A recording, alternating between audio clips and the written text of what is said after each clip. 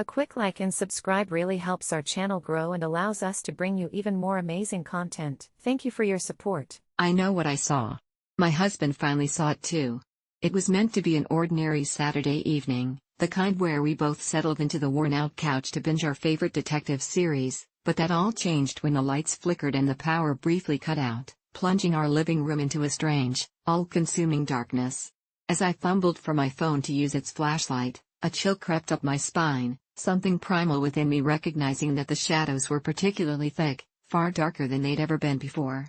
I brushed it off, dismissing it as some glitch in our aging electrical system, but deep down, a gnawing unease began to claw at my insides.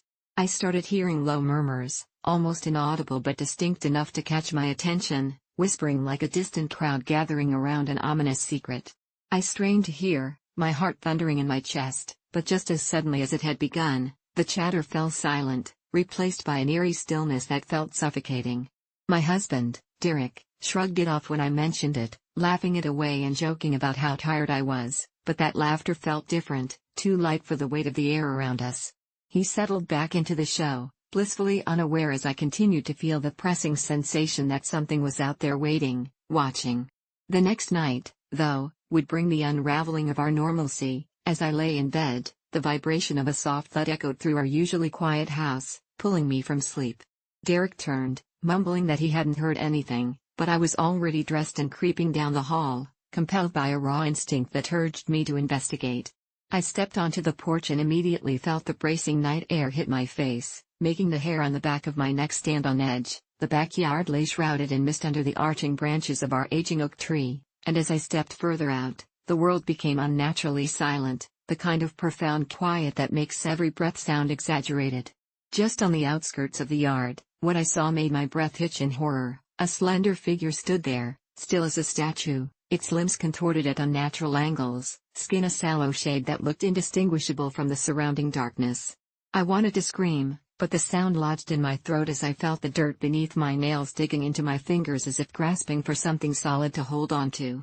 Then, in a shivering instant, it swiveled its head and locked its hollow, cavernous gaze onto mine. Those eyes, if they could be called that, were nothing but deep voids sucking in all light, and in that moment, it hurt to breathe, to be terrified in a world that was supposed to be mine. I stumbled back, panic racing through my veins as I hurried inside, heart pounding so loudly it drowned out every other sound. When I reached the safety of the living room, Derek was still comfortably sprawled on the couch, the screen playing on lazily, or was it? The kerfuffle of my entrance stirred him from his half-asleep state, and he looked at me with bemused annoyance, but I couldn't shake the urge of what I'd just seen. I tried explaining, nearly choking on the words, but he only patted my shoulder, dismissing my fears, leaving me feeling small and isolated. "It was probably just your imagination," he said lightly, and though I wanted to believe him, the image of that creature burrowed too deeply into my mind.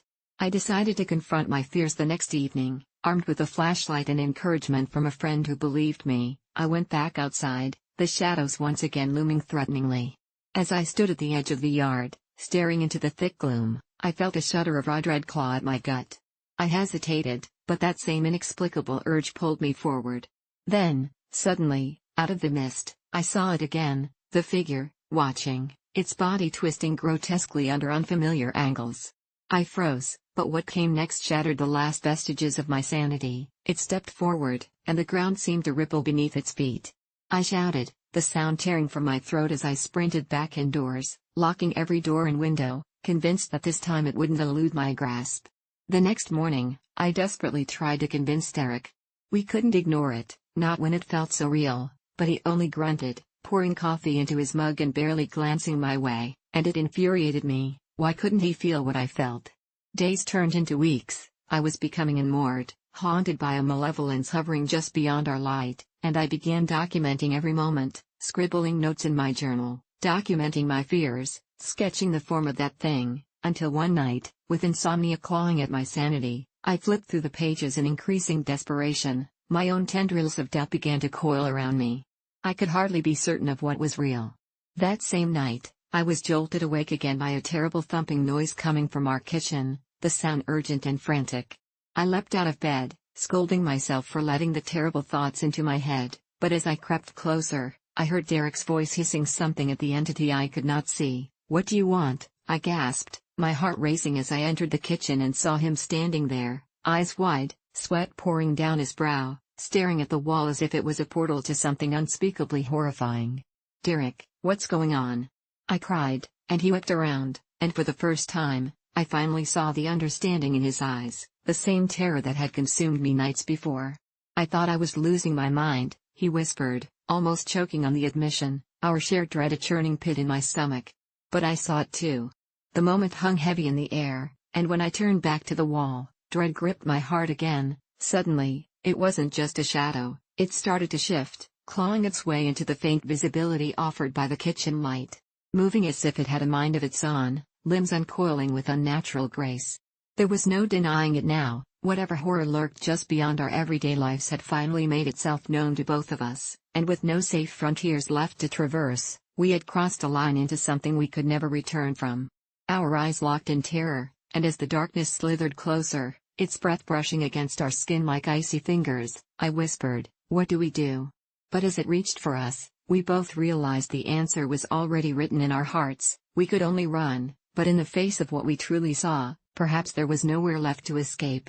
It's been 30 years since my brother, Tommy, vanished without a trace, leaving my family shattered and drowning in a suffocating silence that has only grown heavier with time. Growing up, we were inseparable, two wild boys roaming the woods behind our house, building forts and sharing secrets under the stars, until that fateful day when he didn't come home, the echo of laughter replaced by frantic calls as the sunset morphed into dusk, and the shadows stretched longer, swallowing hope as the search parties combed through the forest, his disappearance plunging my parents into a spiral of grief so deep it felt as though they were ghosts wandering the empty rooms of our home. I held on to the hope that we would find him, that beneath the rustling leaves and the whispers of the trees, he was lost but alive, until eventually the search efforts trickled to nothing, and we were left with just memories, the vibrant spark of Tommy dulled into fragmented recollections of a time before the world turned cold. 30 years passed, filled with the ache of unanswered questions, and just when the memories began to dim, when I thought I had finally learned to let go, I inherited our family home after my parents passed, both worn down by the crushing weight of what had been lost, their absence only amplifying the echoes in the hollow rooms.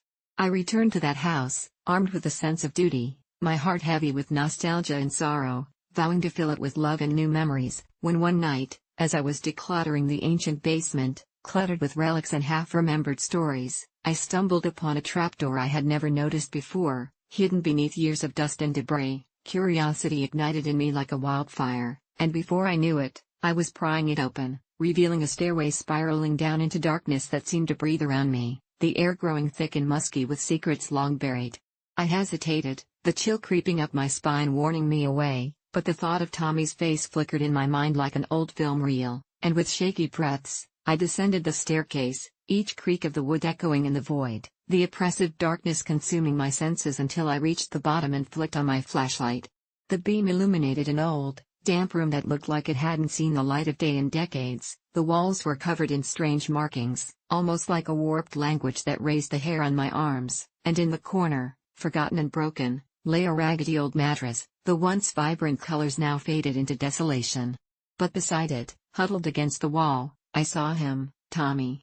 But this wasn't the boy I remembered. His eyes were sunken and haunted, wild and vacant as he flinched at the light, and as I called his name, my voice trembling with disbelief, he looked up at me, a flicker of recognition crossing his gaunt features. The voice that spilled from his lips was barely a whisper, raw and scratchy, as he choked out, "Why did you leave me?" Confusion twisted in my gut, and I stepped back, my heart racing as fragments of terror settled into the pit of my stomach, the innocence of my brother replaced by a darkness I couldn't understand. He spoke of strange dreams and nights filled with whispers, of a figure cloaked in shadow who fed him tales of his own demise, each story painting a picture of despair that hollowed him out, and as I listened, horror creeping over me, I realized that it was as though he had slipped through time itself, trapped in this twisted existence while I ventured through life as if nothing had happened. The realization settled in like lead. I had spent the last 30 years grieving a phantom while he had lived in a nightmare, and before I could process the full weight of it, he lunged at me, eyes wild, begging me to help him escape this prison, his desperation igniting something primal within me, and, without thinking, I pulled him into a hug, feeling the bony frame of my brother I once knew, now just a shell, A testament to 30 years of survival in the dark, we clung together, my tears mingling with confusion as I promised him it would be okay, that we would get out, that I had found him at last. But just as relief washed over me, that creeping sensation of something wrong twisted my gut once more when I noticed the markings on the walls were shifting as if they were alive, changing subtly in the flickering light. Suddenly, a low growl reverberated through the air, rich with malice, and I swung the beam of my flashlight toward the sound, my breath freezing in my chest, as a shadow detached itself from the wall, twisting into a grotesque figure that loomed before us, its eyes glowing with dark hunger. That's when Tommy stopped, his eyes locking onto the figure with a familiar reverence, and I felt the world shatter around me as he uttered a phrase in a language that felt ancient, almost like a hymn. The shadow responded, its presence pulsating with an otherworldly hunger, and in an instant, the gut-wrenching truth hit me. Tommy had not just been lost, he had been chosen, bound to this darkness that thrived on despair, and I was nothing more than an intruder in a world I could not comprehend, a mere echo from a time before his existence had turned into a twisted tale of horror. The realization sent shards of panic racing through me as I grabbed Tommy's hand, adrenaline propelling me toward the staircase, but as I turned, he pulled back, desperation warring with surrender in his eyes as he whispered, "I can't leave. I belong here." In that moment, my heart splintered. My brother was alive, but he was lost to me, trapped in the darkest realms of his own undoing, and as I felt the weight of the shadows closing in, I realized that I was standing at the precipice of something unfathomable. A battle of wills that I had no hope of winning, and as I ran back up the staircase, the last flicker of Tommy's face etched forever in my mind, I could hear the echo of his voice blending with the shadows around me, its relentless whisper promising that he would never truly be gone, as long as darkness existed beneath our home, and I knew, in that moment, that I'd never be free of the nightmare that had begun the day he vanished. When my wife, Jenny, and I received that email inviting us to be contestants in a groundbreaking reality show pilot, we thought it was our ticket to fame and a new adventure. The premise was simple: a group of couples would be isolated in an off-grid cabin deep in the woods, stripped of all technology and modern comforts, facing challenges designed to test their relationships. It sounded thrilling, but we had no idea how the faceless producers would orchestrate our descent into chaos. The first day on set felt oddly serene. We arrived to a picturesque location, surrounded by towering trees and crisp, fresh air, but even then, a gnawing unease crept into my thoughts. Once the cameras began rolling, the production team started to introduce the challenges, first trivial tasks, like building a fire or finding food, which we approached with teamwork and laughter. However, as the days went on, the challenges turned darker. We were made to confront our greatest fears, which seemed harmless at first. Jenny was afraid of heights, so they had her scale a makeshift cliff while I stood below, barely containing my anxiety that something might go horribly wrong. What the producers didn't reveal was that they were manipulating our fears, the intentions behind the challenges growing more sinister by the hour. One morning, we awoke to find our belongings scattered through the woods, as if they'd been ransacked by thieves. We laughed it off initially, believing it to be part of the game, except Jenny's prayer necklace, the one her grandmother had given her, was missing. She grew increasingly agitated, desperate for closure.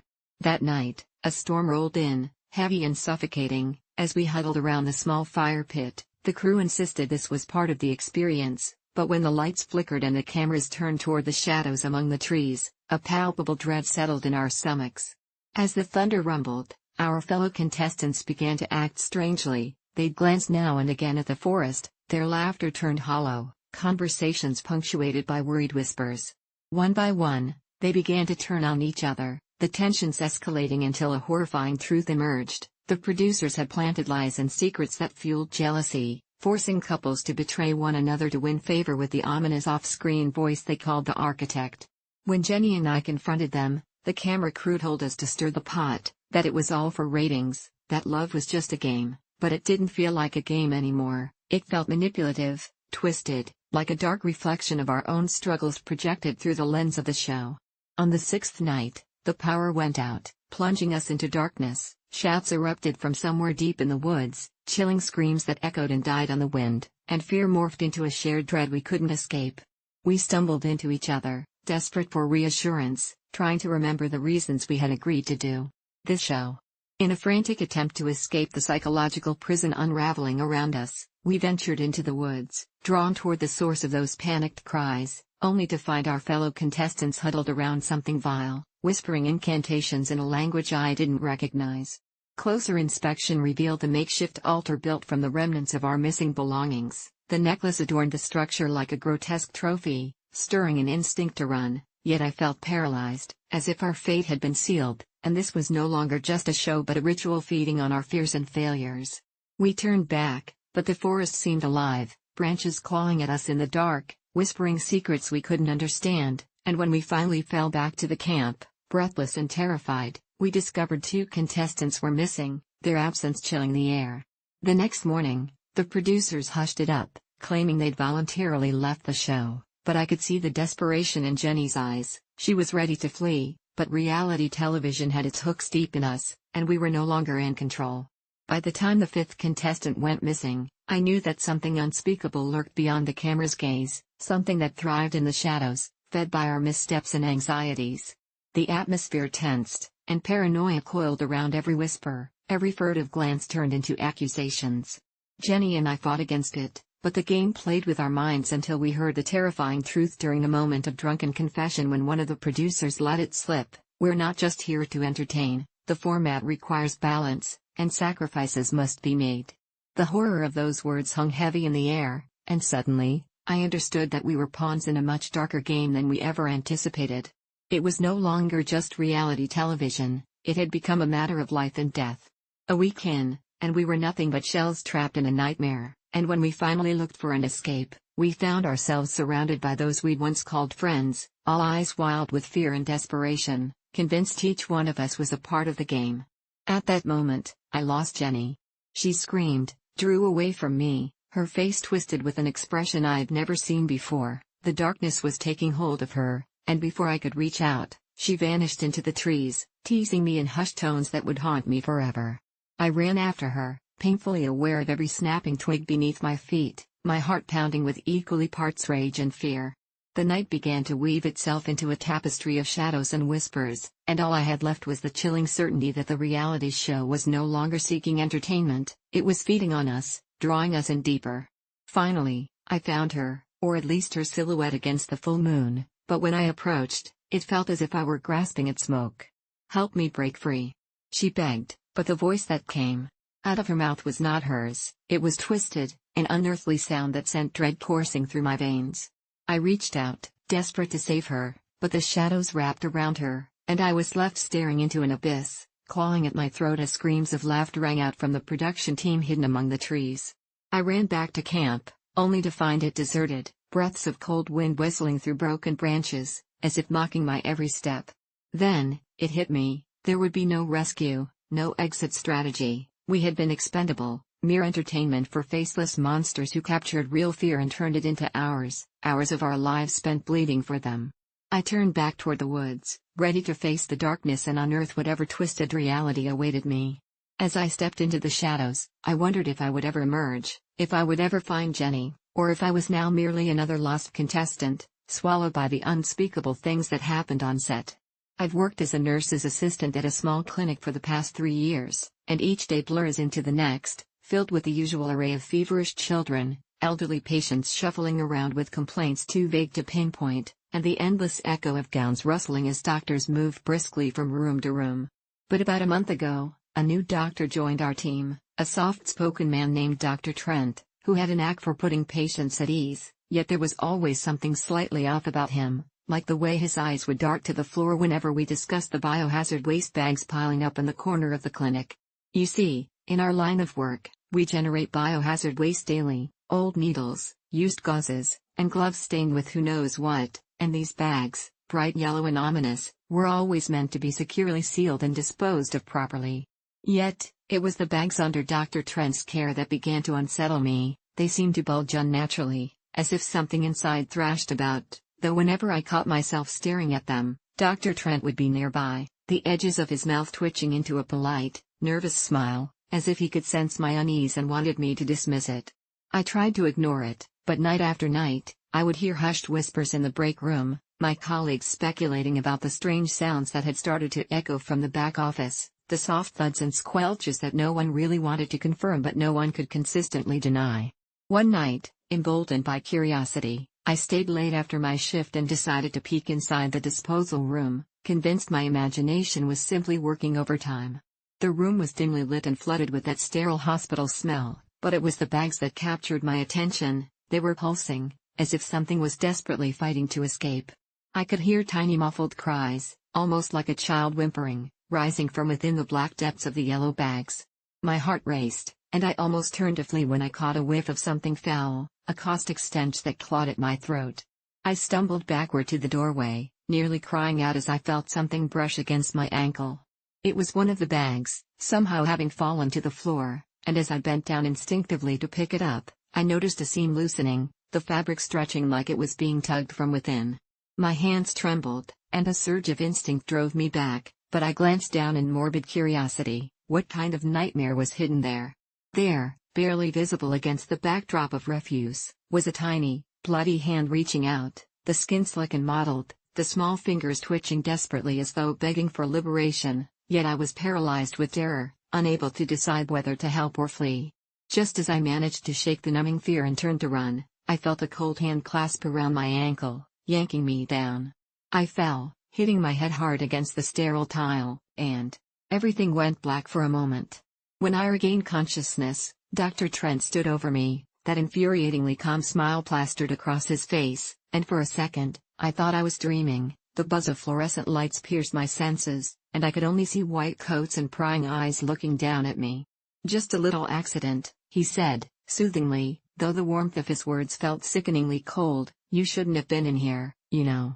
But I couldn't hear anything after that. The world around me spun, laced with a light-headed fog that muffled the cries still echoing in my skull. I was taken to the hospital for a concussion. For days, I couldn't shake that haunting image of the hand. I returned to work, rattled but desperate for answers. That's when I overheard two nurses whispering in the hall. The dark speculation was that Dr. Trent had a mysterious background, stories of him working with patients who had gone missing from various clinics along the way, stories no one wanted to believe, but their hushed tones told me everyone suspected something, that there was more to that predatory smile than just compassion. My paranoia grew with each passing day, my senses sharpened, drawing me closer to the terrible truth that permeated the air like a miasma. And then, one evening, during a shift swap, I dared to ask him outright about the content of the biohazard bags, and he merely chuckled. "Don't you worry about that. It's part of the process. After all, some things have to be taken care of discreetly." He seemed almost delighted, and it made my blood run cold. That night, I couldn't sleep. Instead, I drove back to the clinic, drawn by an inexplicable force. Peeking through the clinic's window, I saw Dr. Trent through the glass, backlit by a single bulb in the disposal room, his figure hunched and intent.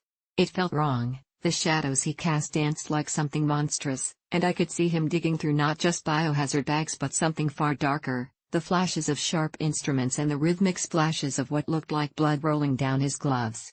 It took all my willpower to break free of my terrified trance and rush in, demanding to know what he was doing. But as I burst into the room, the smell hit me like a wall, but it wasn't just sterile, it was warm, rich, with the tang of iron filling the air. In the corner were the trash bags, pulled open and flung wide, revealing what looked like a child's body, pale and lifeless, its expression frozen in terror. The eyes, the tiny hands, all were splayed carefully around as though to display him as some grotesque work of art. I realized, then, that the murmurs I'd heard were not just from my imagination but a horrifying reality. These were not ordinary waste bags, and beneath my very nose, Dr. Trent had been hiding the evidence of something horrific. I tried to turn and run, but his grasp was too strong, and he pulled me close, whispering in my ear that secrets would never come to light. The last thing I remember before I blacked out was his voice, chilling and soft. "As my vision faded, some truths are better left buried, my dear." I wake up in my father's basement, knowing that I'd pulled some strings to put myself there, and that all the calls to the police had led to dead ends. Dr. Trent still works at the clinic, showing up like nothing happened, while I feel the weight of something monstrous lurking inside those bags, something that will never be revealed. And although I can't be sure if this is a nightmare I'll escape from, I do know I'll watch every move he makes, because every day, the bags stack higher and I can't shake the feeling that one day, the truth will slip out, just like it did for those poor souls before me. I can already hear their muffled cries. It was on a cold, dreary afternoon when I stumbled upon the dusty old trunk in the attic of my grandfather's house, the wood creaking in protest as I lifted the lid to inspect its contents, and nestled among yellowing newspapers and moth-eaten clothes was a small leather-bound diary, the spine cracked and the pages tinged with age. I could hardly contain my curiosity as I wiped away the soot and must that had settled on it like a shroud, revealing the faded inscription, Reverend Thomas Abernathy, 1910, and without any hesitation, I carried it to my room, envisioning the promise of secrets and the past whispering against the hushed silence that enveloped me. The first entry was dated April 4th, a normal enough day, or so it seemed. The good Reverend wrote about the mundane duties of a parish priest, the drudgery of the daily grind filled with gathering the townsfolk and offering comfort to the mourning, but it soon took a haunting turn when he detailed the arrival of a family, the McAllisters, who resided on the outskirts of town, their mere presence somehow stirring the air with an unsettling energy, and as I delved deeper into the writings, I found myself gripped by the chilling account of young Annabel, the McAllisters' daughter, whose laughter rang out like a chime of bells but was quickly swallowed by an unseen gloom. With every page, the diary became more unsettling, revealing that the townspeople whispered about the girl, saying she had the sight, a gift or a curse, depending on whom you asked, and as her visions intensified, so did the strange occurrences in the town. Livestock fell ill, crops withered overnight, and a strange sickness began to spread like wildfire, claiming the lives of the old and frail, and Reverend Abernathy chronicled his growing concern, his unwavering faith shaken to its core, sensing he was the only one who could confront the darkness that had taken hold of the McAllister family. He described a chilling night when he was called to their home to perform last rites for the grandmother, who had passed under mysterious circumstances, yet upon his arrival, the house felt alive with an inexplicable presence, shadows starting just out of sight, and as he prayed, he was struck by the overwhelming sensation of being watched, not by the people around him, but by something far more sinister, more ancient. The entries grew frantic as Abernathy sought the truth behind the family's curse, documenting strange rituals he learned about from hermits hiding deep in the woods, tales of sacrifices and pacts made with entities that demanded blood and souls. He tried to help but was met with hostility when he refused to participate, and the McAllisters, once welcoming, began to watch him with hollow eyes, almost pleading yet menacing.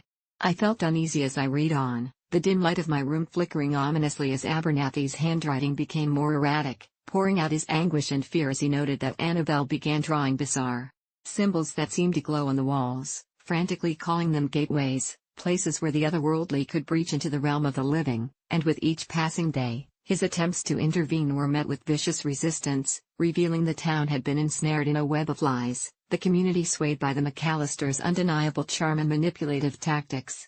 By June, panic seeped into every line of the diary, as Abernathy described a congregation filled with whispers not of hope but despair, as Annabel's visions morphed into something darker, shapes with elongated limbs and grotesque smiles, as if the very manifestation of nightmares embodied themselves. And then it happened, in the dead of night, a fire consumed the McAllister home, and while the townsfolk rushed to help, Abernathy was frozen, his body moving only by his frantic need to save Annabel, dragging her from the flames, but as he looked into her eyes, he saw the void staring back, the very essence of her spirit distorted by the horrors she had encountered, and despite his rescue, she was changed forever. Abernathy became determined to cleanse her soul, to bring peace to their town, his desperation evident as he recorded late-night rituals, his prayers morphing into chants, the line between divinity and madness blurring. Lines began to flow together, his pages staining with what I could only assume were his own bloody tears, and then, the final entry sent chills down my spine. It was dated September 21st, and with trembling hands, I deciphered each word. Abernathy had discovered the family's darkest secret, the true source of their power, and that to sever the connection, a sacrifice had to be made, and as the walls closed in around him, he revealed that he had chosen to sacrifice himself to banish the evil that clung to Annabel, believing it was the only way to save her, and amidst the hysteria, the closing lines preached of light extinguishing the darkness as he prepared for the confrontation, his last thoughts seemingly pure, but there was something unsettlingly hollow about the way he spoke of his sacrifice, a thought gnawing at the edge of my mind, a feeling that he might have been drawn to it, that perhaps he welcomed the end. I felt a wave of nausea wash over me, a claustrophobic sense of dread wrapping around my chest, as I closed the diary, unable to shake the feeling that I was no longer alone in my room, The shadows danced along the walls and the air grew dense, filled with whispers that seemed to echo the regrets of Reverend Abernathy. I tried to dismiss it as an overactive imagination, a simple trick of the light, but the faces of the McAllisters haunted me in every corner of my vision, their mournful stares piercing the veil of safety I once took for granted. The very essence of his despair had seeped into me, swirling like smoke in the darkness, and every night since, I've dreamt of Annabelle, her laughter turning sinister as the shadows twist and contort, until I wake up gasping, grappling with the creeping realization that I might have unleashed something far more terrifying than the illusions in the pages, the knife-like chill of bloodthirsty eyes watching my every move. And as I pen this final thought, I know I am not meant to be the last to hear Abernathy's secret. I find myself mesmerized by the diary's grip, wondering who else will discover its haunting truths, and now terror grips my heart as I sense a presence looming ever closer, feeding on my fear, each flicker of the lights in my home echoing the rhythm of footsteps in the dark, and all I can do is wonder, has the darkness finally arrived at my door, or have I become another pawn in a game that's been played for generations? It was a chilly evening when I first saw her, a woman pushing a baby pram down the deserted street near my apartment. The glow of the street lamps illuminated the cobblestones, casting a yellow haze that struggled against the encroaching darkness, and as I peered through my window, something about the image froze me in place. The pram was too large, the fabric too heavy, clinging like a shroud around whatever lay inside, and while my instinct told me to look away, I couldn't. She walked slowly, purposefully, her gait steady yet unhurried, the wheels of the pram creaking softly, almost as if they were whispering secrets of their own, and the night was silent, save for the occasional rustle of leaves shaken by a breeze that felt too much like a warning. I told myself I was being irrational, that it was just a mother tending to her child, but as she passed beneath the flickering street lamp, I caught a glimpse of her face, pale as the moon, an unsettling, almost serene emptiness in her eyes that sent a shiver spiraling down my spine. And then there was a sound, a soft cooing, yet it didn't sound quite right. It was a gurgle that echoed too deep, a sound that threaded through the still air like a whisper from the grave. For the next few nights, I found myself drawn back to that window, curiosity battling the gnawing dread in my gut, and every time I looked, she was there, the same steady push of the pram, enveloped in an unnerving calmness, the shadows her only companions. It was on the fourth night that I mustered the courage to step outside, my heart thrumming wildly in my chest as I slipped through my apartment door, half expecting the woman to have vanished into the ether, but there she was again, the eerie presence of both her and the pram practically calling to me, and I felt compelled to follow, distance growing between us as I shuffled down the sidewalk, trying to remain hidden in the darkened corners of the street. There was something wrong with that pram, an oppressive energy radiating from it, pulling me closer and yet holding me at bay, and the more I walked, the more I struggled to shake the feeling that I was crossing an invisible line into a world I didn't belong in. I reached a park filled with shadows and flickering lights, where the branches of old trees clawed at the night sky, and there she stopped, positioning the pram near a rusting, gnarled bench, and I crouched behind a cluster of bushes, every sense tingling with fear as I fought to stay quiet, heart hammering in my ears as the woman leaned over the pram. And that's when I saw it, the horrid movement within, the blanket shifting, twitching, as if whatever was inside were straining against its confines, and the cooing turned into low, guttural noises, a strange, wet sound, like something that came from the deepest part of nightmares. I held my breath, feeling the warmth of the world seep away, replaced with a chilling realization that that wasn't the sound of a baby, it was wrong, so wrong. The woman turned her head abruptly, glancing in my direction, and for a moment, I swore our gazes locked, ice spreading in my veins at the intensity of her stare, a predator measuring its prey. She made a soft noise, not quite a laugh, not a gasp either, but something in between, her lips curling in a way that left me hollow as she resumed her vigil over the pram, oblivious to the fact that I was still there, quaking in my hiding place, and then the creature inside began to shriek, a spine-chilling wail that cut through the air and reverberated in my bones.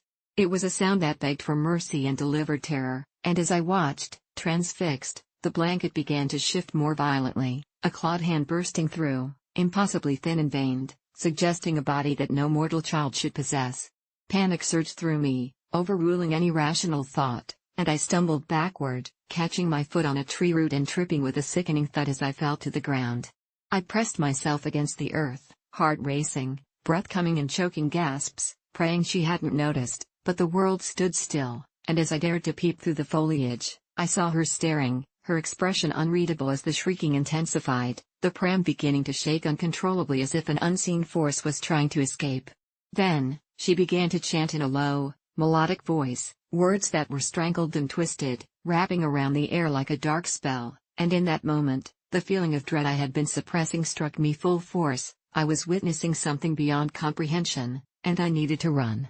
But my body wouldn't cooperate, heavy with fear, paralyzed while I watched that hand reach further out of the pram, raw and bloody fingers gripping the edge of the blanket, revealing scales and slithering surfaces that screamed of the abyss. Just as I thought I might scream myself into oblivion, she suddenly turned back to the pram, her hands moving in a way that suggested she was urging it forward, pleading with whatever lay entangled within to yield and be still. It let out another horrid cry that echoed through the park, the sound distorting and twisting until it morphed into what could only be the voice of a grown man, guttural and demanding, calling out for release, begging to be set free. Fear ripped through me, igniting adrenaline that finally unlocked my legs, and I bolted into the shadows, heart slamming against my ribs as I fled, hearing my own ragged breath drowning out everything else. I didn't stop until I was back in my apartment, locking the door behind me and pressing my back against it, the noises fading but my mind racing, trying to justify what I had seen. Days turned into weeks as I avoided that park, but I could never shake the memory. I became a ghost in my own life, marked by the horror of that night. Each evening, I sat by my window, hoping to catch a glimpse of her pram one last time, terrified and fascinated both by the darkness it represented and by my own irrational fear gripping me tighter. Then came the night I finally saw it again, her figure gliding along the street, that same unnatural calm radiating off her, yet the pram stood empty. It felt as though the world had tilted away from its axis. She approached my building, and my heart dropped as she stopped directly outside my window, just staring into the void as if sensing me, the pulse of terror rushing through my blood igniting every warning bell in my mind. The pram, a vessel of shadows, sat without its horrid cargo, and in the silence of that moment, I felt it, a cold hand brushing against the back of my neck. And I knew without a doubt that whatever she had brought into this world was now looking straight at me. We were woven together in the fabric of darkness, and there was no escape. I let something into my house last Thursday, and I didn't know it until it was far too late. It all started innocently enough. I was sitting on my couch, binge-watching an old horror series to drown out the pouring rain outside that made the windows rattle and made the shadows in the room stretch longer. I had just finished a particularly cheesy episode when I heard a soft tap-tap-tap on the back door. At first, I dismissed it as the branches of the oak tree scraping against the wood, but the sound came again, more insistent this time, like a finger beckoning me to answer. Curiosity got the better of me, and despite the heavy feeling in my gut, I stood up, slid back the curtain, and peered into the dark. I was regretting my decision the moment I saw it. Standing just beyond the threshold, half obscured by the darkness, was a figure, a woman dressed in tattered clothes that hung loosely around her as if she'd just stumbled out of a nightmare. Her hair was long and matted, obscuring her face, but there was a glimmer of something in her eyes that made my skin crawl and my heart race. I had small windows with grills for security, but the way she stared at me, intently, unblinking, made me feel like she was piercing through the steel bars. "Help me," she whispered, her voice unfurling like smoke in the dim light, hoarse and desperate. I should have closed the curtains and dialed the cops, but instead, I felt a surge of misplaced compassion or sheer stupidity and opened the door just a crack. "Are you okay?" I asked, barely able to mask my fear, my heart thumping in my chest as she leaned closer, her breath releasing a fetid odor that made my stomach churn. "Please," she rasped, "I just need to come in, I'm in danger." My mind screamed at me to slam the door shut, but something about her desperate plea twisted in my gut, and I pulled the door open enough for her frail form to slip inside. It barely took a second for her to jump on me. The moment she crossed the threshold, she got impossibly close, her hands clenching at my shirt, and I could see her face now, twisted and gaunt, an empty smile plastered across her cheeks, her eyes wide and lacking the light of humanity. I recoiled, trying to shove her back, but it was too late. The moment I let her in, I felt something shift in the air around us, a thickening darkness creeping in around the edges like ink spilling across paper. I was about to shout when she put a cold finger on my lips, silencing me with a horrible grin. "Thank you," she hissed, her voice a rasping whisper that sent chills down my spine. I couldn't move as her grip tightened, every rational thought drowned out by an inexplicable pull towards her. Now we can be together, she cooed, and all at once, my surroundings shifted, the walls of my home closing in like the jaws of a trap. The lights flickered, casting grotesque shadows that danced along the walls, and panic flooded my mind as her laughter echoed through the room, a sound that pierced my ears and hashed out any remaining sanity. I stumbled back, trying to lean away from her as my instincts kicked in, urging me to flee, but it felt like running on a treadmill, moving yet going nowhere. The house felt alive, breathing with a malevolent presence, and suddenly I saw them, dark figures gathering at the corners of my vision, darting just out of sight whenever I turned to face them. I could hardly process what was happening as I realized her laughter wasn't coming from her mouth, it emanated from the walls, from where shadows gurgled up like mud, and I could feel them wrap around me, suffocating, binding me in their sinister grasp. I remember gasping, my breath hitching as I wrapped my arms around myself in a futile attempt to fend off the encroaching doom, and in a moment of clarity, that belief hit me like a tidal wave. Whatever I had let in, this presence, this snare, this nightmare, it wasn't just her, it felt like I had opened a door to something far worse, the boundary of my home now a veil between the living and an indescribable darkness. "You let us in," the woman murmured, flawlessly cool. My eyes darted to her, wild and pleading, as the reality of her meaning sank in, the shadows morphed, curling around her legs, whispering barely audible secrets that chilled my bones. All I had wanted was to offer help, but that seemingly harmless action had unshackled something monstrous, something that shouldn't exist in the realm of the living. With every fiber of my being, I wanted to scream, to call for help, but the words turned to ash on my tongue as the creeping dread choked me. The voices grew louder, and as they converged, forming into phrases made alluring by their sinister sense, I couldn't distinguish thoughts from echoes of the night. "Come play," they sang, 1,000 voices coiling around my skull, drowning me in a cacophony of madness. The woman stepped closer, her finger tracing the moisture on the walls, and although I felt my mind threatening to unravel, I wrestled my gaze away and escaped, scrambling up the staircase, heart pounding, desperate for sanctuary. I thought if I could barricade myself somewhere, perhaps I could lock those horrors out. This house wasn't mine anymore, it had become their playground, and the only place it felt safe was away, outside the bounds of everything I once cherished. I fought with my breath as I kicked the door to my bedroom shut and leaned against it, every creak in the wood feeling like a heartbeat, like a countdown. For a moment, I thought I might have a chance. I could barricade myself inside with appearances enough to stave off whatever had been unleashed. The shadows, however, had other plans. They slithered under the door like tendrils seeking warmth, and I felt them, the icy fingers racing up my legs, urging me to succumb. In that moment of paralyzing fear, shock surged through me as I realized those shadows had played upon my fear, feeding off my vulnerability, transforming my home into a twisted cocoon that trapped everything dear. I wanted to call for help, I needed to scream, yet I was entranced by what I had invited in.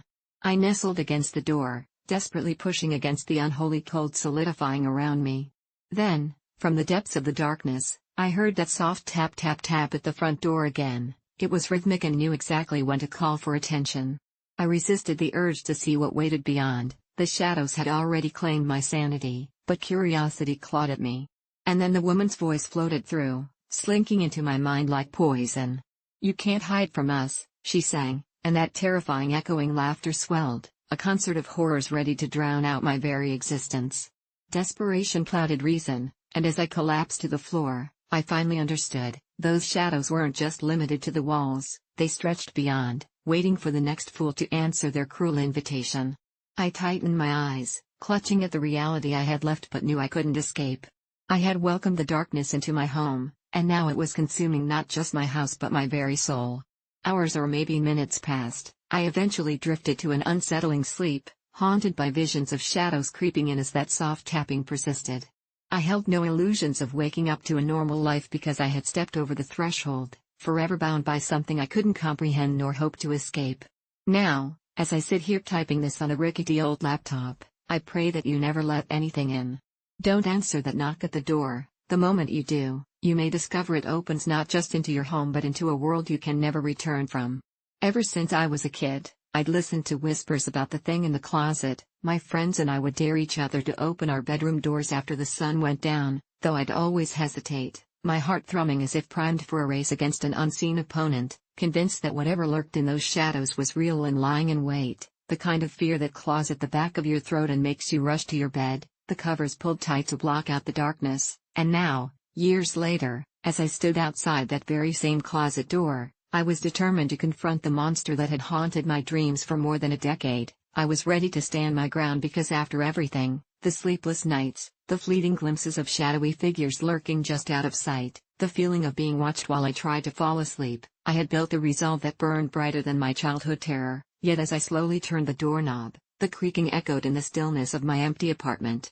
Unsettling and electric, and with a deep breath, I flung the door open, fully expecting the dark to spill out and consume me, but instead, just a hollow silence greeting me, a mere void where I had imagined teeth and claws. But I wasn't fooled. I knew it could still be hiding, maybe shuffling just beyond my reach, so I flipped on the light, illuminating rows of old shoes and forgotten toys, but the corners of the closet were cast in shadow, as if daring me to step further in, and for an awful moment, my confidence faltered, every horror story I'd ever heard clambering back into my mind, but I swallowed hard, forcing myself deeper into the abyss of my own making, and just as I was about to dismiss my fears and turn away, something shifted, a whisper, barely audible, that made my heart race. I leaned in closer, straining my ears against the oppressive silence, and that's when I saw it, a figure hunched at the back of the closet, its eyes glowing like coals in a dying fire, and I stumbled back, panic clawing at my chest, because it was real. It wasn't just a figment of my imagination or the residual fears from my childhood, and in that moment, it seemed to recognize me, a twisted grin spreading across its gaunt face as if it had been waiting for this, for the day I would finally confront my fears, and suddenly, I was a child again,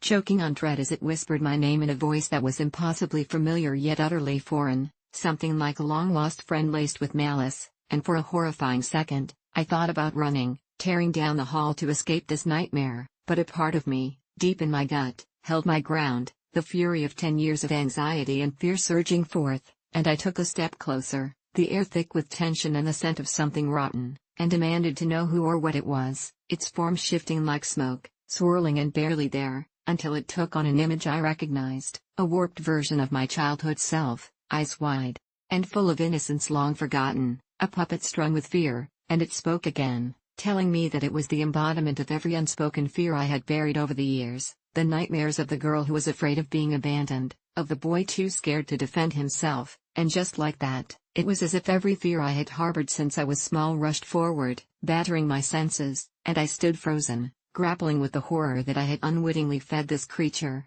allowing it to grow stronger over the years, and the experience twisted into something surreal as it mimicked my childhood memories, the worst moments of my life, twisted into an exhibition of my own failures, taunting me with failure after failure, and I could feel my own voice rising, memories morphing into panic as its laughter echoed like glass shattering. I wasn't just fighting some creature hiding in the closet, I was facing me, the parts of myself I'd neglected, the memories I'd tried to forget, the painful growing pains of adolescence I hadn't processed, the trauma that had made me retreat, and it occurred to me that perhaps I wasn't meant to destroy this thing, but rather understand that it thrived because I had ignored it, because I had been too afraid to face my past. So slowly, through tears and shaking breaths, I reached out, no longer seeking to fight, but instead to embrace this fractured part of me, allowing it to unfold, to breathe. Each soaked memory was like a release, pain weaving into clarity, and with each confession, the creature's form began to shift again, no longer grotesque but becoming almost serene, fading into something softer, more human, a reflection of my vulnerability, my strength,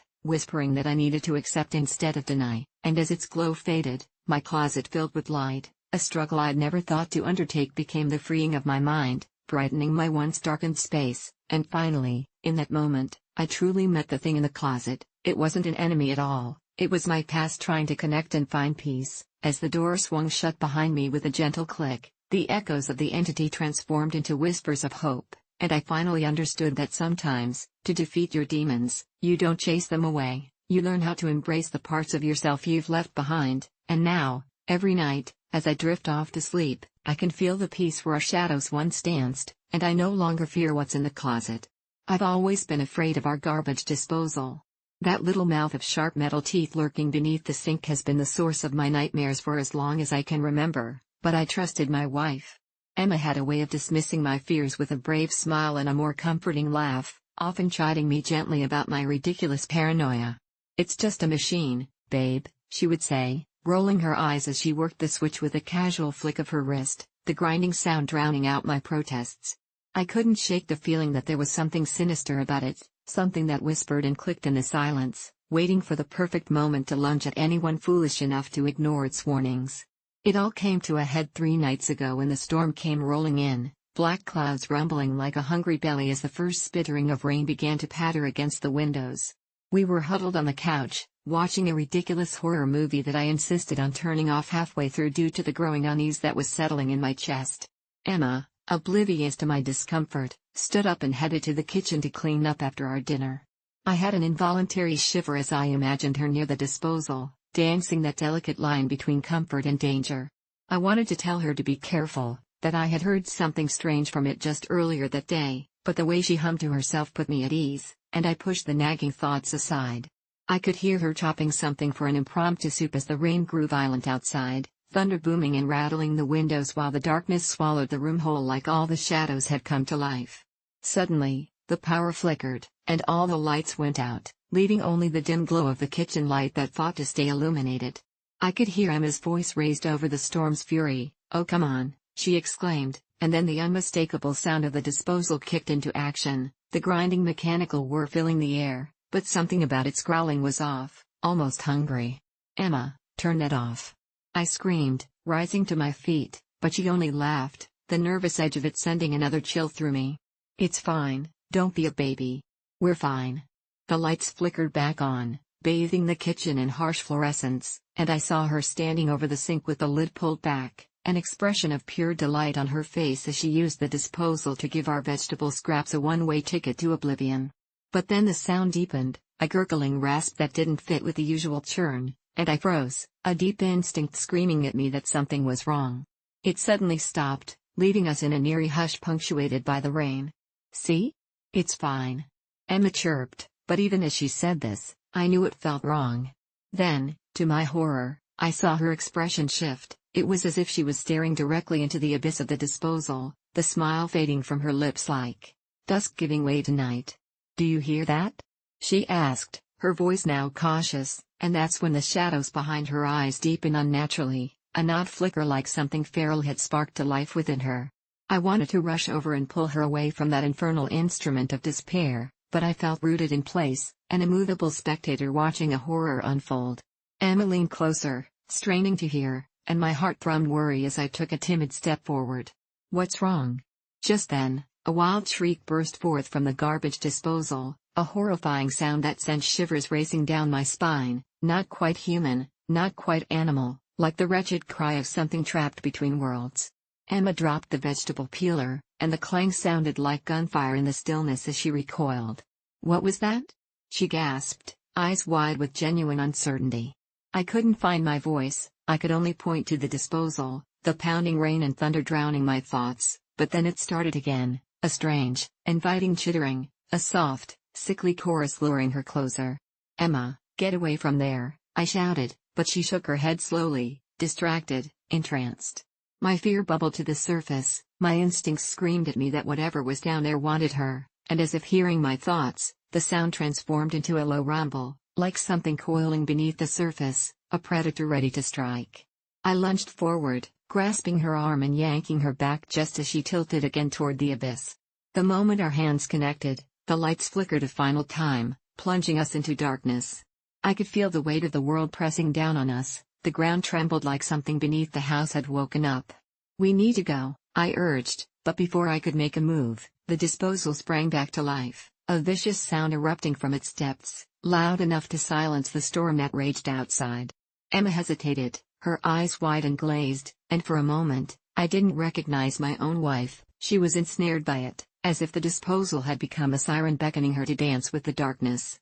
The hum turned to a shriek, higher and more frantic, and in that instant, I realized with horrific clarity that whatever entity lurked beneath the sink wasn't just my imagination. I tore her away from the sink, and we stumbled back, just as a hand, a grotesque, calloused, disjointed hand shot upwards from the garbage disposal, clawing at the air, its fingers elongated, twisted, reaching hungrily. It was covered in something oily and black that dripped onto the floor, sizzling as it made contact. I dragged Emma back, dragging her kicking and screaming towards the door just as her eyes finally cleared and she snapped back to herself. "What the hell is going on?" she yelled, frantic, and behind me, the disposal continued to roar, the hand retreating and writhing in the sudden pull of whatever it was that had awakened. We burst out of the kitchen and slammed the door shut, leaning against it as we gasped for breath. As the storm still raged outside, we could hear the sink bubbling behind us, a mournful sound like a predator wounded. "Should we call the cops?" she asked, but I shook my head, instinctively realizing they wouldn't help us. We stood there in the dim hallway, hearts racing, not wanting to return to the kitchen, questioning everything that had just unfolded, the tension almost tangible between us. That's when I remembered her family had lived in this house for generations. "Emma, what do you know about the disposal?" I pressed her, locking eyes like we might find an answer etched in one another's gaze. She blinked, confusion knitting her brow. "I don't, I just thought it was an old piece of junk." A sense of dread filled the space between us, the kind you can't shake off with logic or reasoning. "No, Emma. This is more than junk." The lights flickered again, and we heard it, the strange murmuring, almost like voices, chattering, begging for release. "We have to leave," I said finally, the weight of the decision hanging heavy in the air. But before we could make a move, the disposal roared to life once more, the screech echoing off the walls, and I felt the pull of its grotesque appetite. I pushed her towards the front door, but before we could reach it, something exploded out of the sink, dark, writhing forms spilling onto the countertop, their twisted bodies slithering toward us, hissing like a swarm of snakes unleashed. In that moment, I understood my fears were justified, that I had underestimated that machine's hunger, and Emma was still mesmerized, standing frozen as the grotesque swarm advanced. A primal scream tore from my throat, and I grabbed her hand just as the first tendril brushed her ankle, wrapping around her as if recognizing its prey. As we stumbled backward, I felt time elongate in that terrifying moment, never having believed I could witness such horror in my own home. I couldn't just watch, I had to fight. I was trapped between fear and survival, my instinct breaking the spell that held Emma in thrall. "Run," I yelled, and this time she moved, a wild, desperate look lighting her eyes, and we collided with the door just as the thing surged toward us. I burst through, yanking her outside into the storm, the rain greasing our path as we sprinted across the lawn, the howling wind drowning out our shared breath. I didn't dare look back, didn't want to see the shadow pouring from my home, but in that moment, I knew I would never feel safe returning. The garbage disposal, that harmless-looking piece of machinery, had become a gateway to something that craved more than mere scraps. And as we drove away, the taste of fear still clinging to my throat, I felt a connection break, a severance that would haunt me forever. Emma turned to me, her eyes wide with terror, and as the storm raged on behind us, all I could do was whisper, "We can never go back." The lights of our home flickered. Behind, and in the darkened window, for just a heartbeat, I thought I caught a glimpse of it watching us leave, a writhing shadow made real, forever hungry. For the last 6 months, I have lived alone in a cramped studio apartment on the 4th floor of a dilapidated building that seemed to exude a certain malevolence, with its flickering neon lights and creaking floors that echoed solitude, but it was a cheap rent in a desirable neighborhood, and it felt like the perfect slice of independence after years of shared living.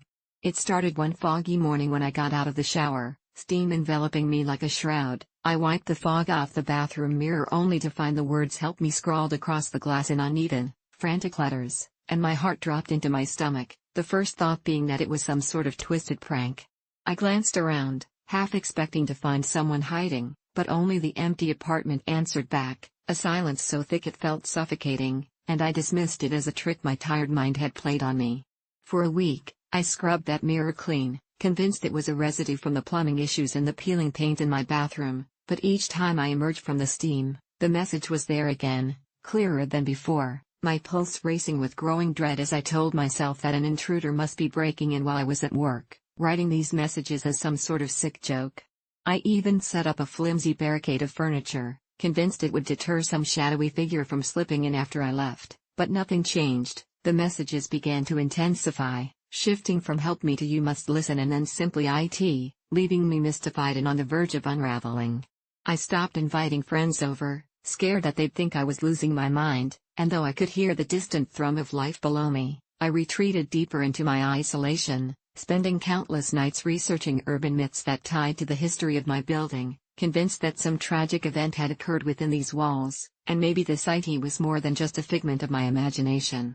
The following week, the messages grew darker, ominously forming into phrases like "I'm not alone and they're coming," sending shivers darting down my spine until I finally broke down and called the police, explaining what I had encountered, but they laughed it off, telling me I likely needed a therapist rather than a cop, leaving me stranded in my noose of paranoia.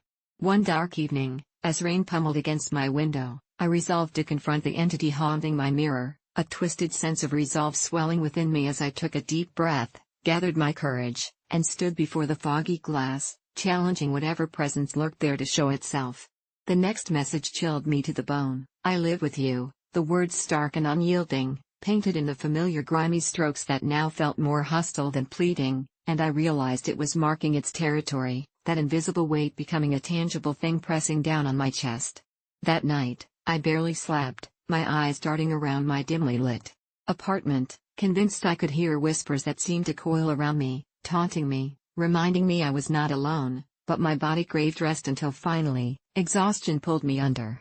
I awoke to a bone-chilling scream, not a sound from outside, but one that echoed through my apartment like a siren of dread, sending jolts of icy fear coursing through my veins, and I stumbled to my feet, guided only by the ghostly glow of my bathroom light. Peering into the mirror, the reflection showed not just my disheveled appearance, but a shadow looming behind me, familiar enough to send my heart racing. It was my own silhouette, yet the reflection twisted ever so slightly, a malevolent and distorted imitation of me that held a sinister grin. "You're not supposed to see me," it hissed, and I stumbled back, tripping over the edge of the bathtub, convinced the world was folding in on itself right before my eyes, and just as I hit the floor, the mirror shattered, scattered glass raining down like a deadly cascade, and the distorted version of me melted into the shards, a violent dance into nothingness.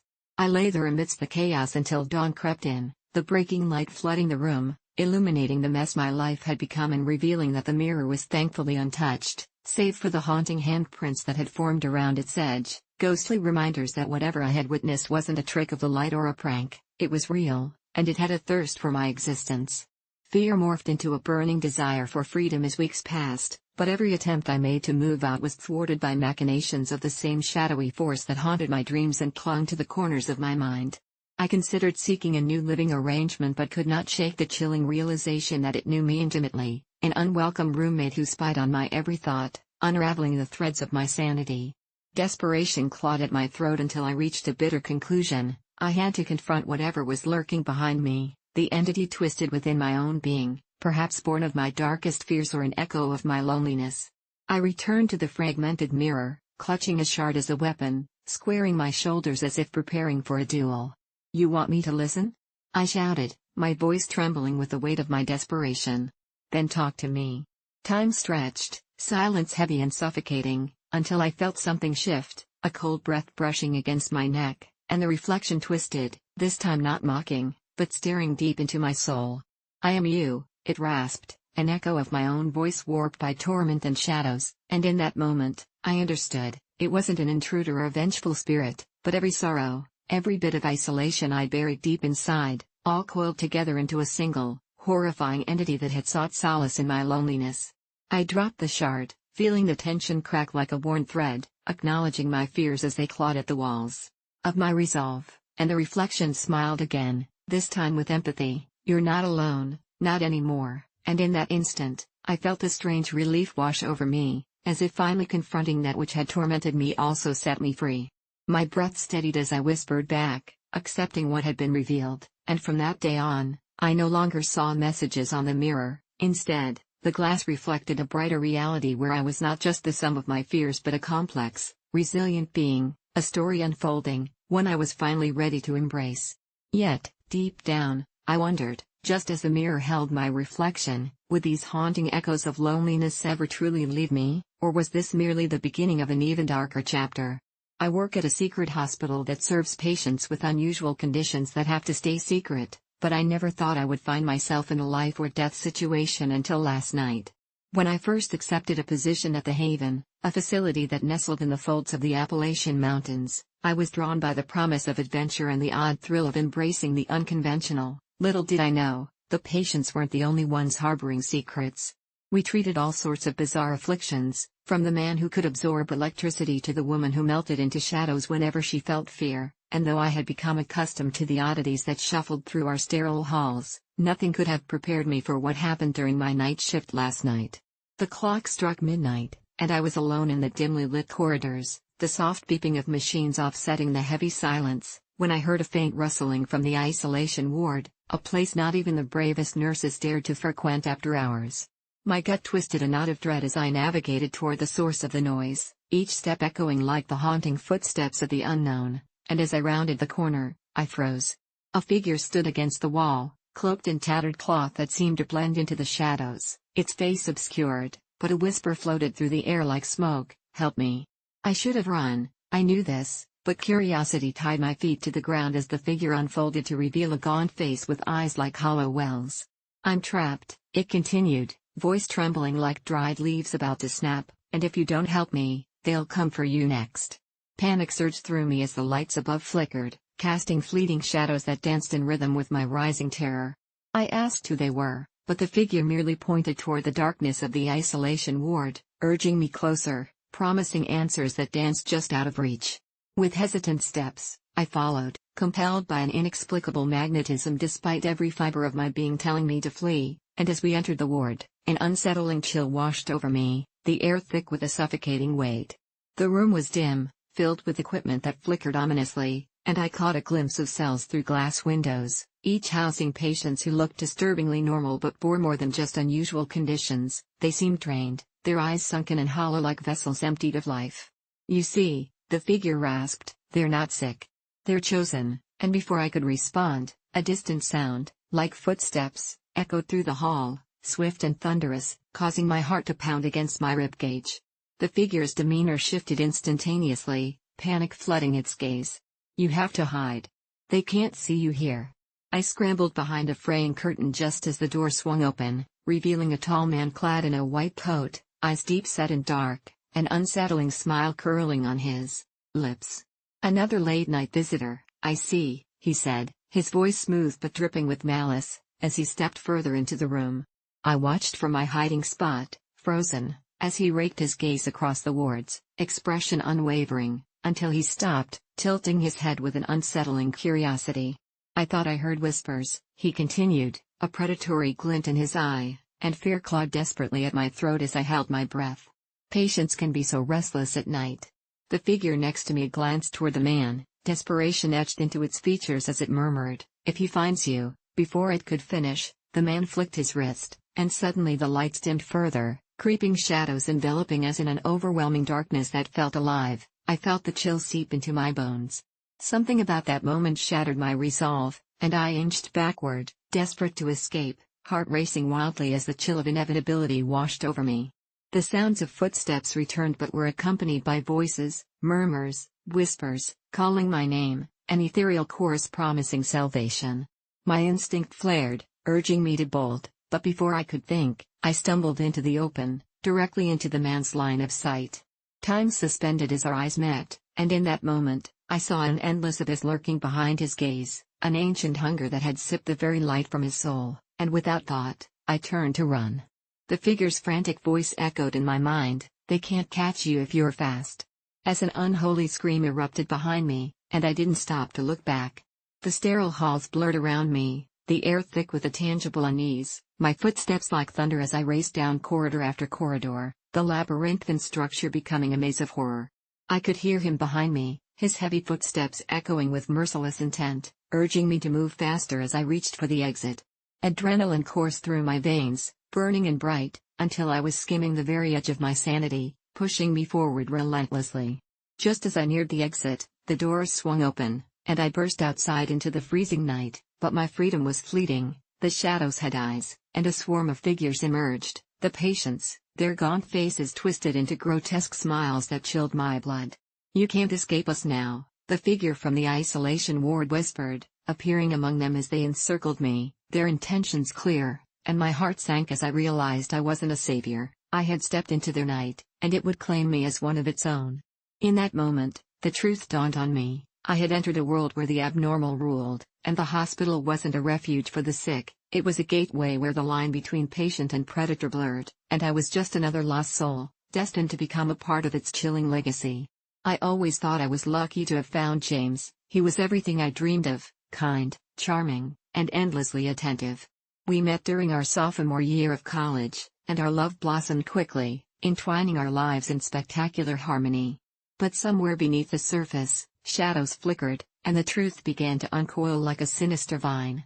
It started innocently enough. I would wake up groggy and disoriented, my head heavy like I'd been hit by a bus. Initially, I brushed it off as the result of late-night study sessions or the fatigue inherent in student life. However, the odd sensations soon morphed into something more alarming. I began to experience short lapses in memory and glimpses of confusion that felt foreign to me, as if entire blocks of time were being drained like a digital file, leaving only gaping voids. There were evenings where I'd wake up in unfamiliar clothes with no recollection of how I'd gotten there. I'd find James by my side, smiling, but with an unsettling glint in his eye. "You were such a sweetheart last night," he'd tease, hinting at an intimacy I couldn't remember, and the more he laughed, the more unease curled in my stomach. The warnings in my mind began to scream, but love can often blind us, and I was too wrapped up in my feelings to heed the warnings. I decided to dig deeper.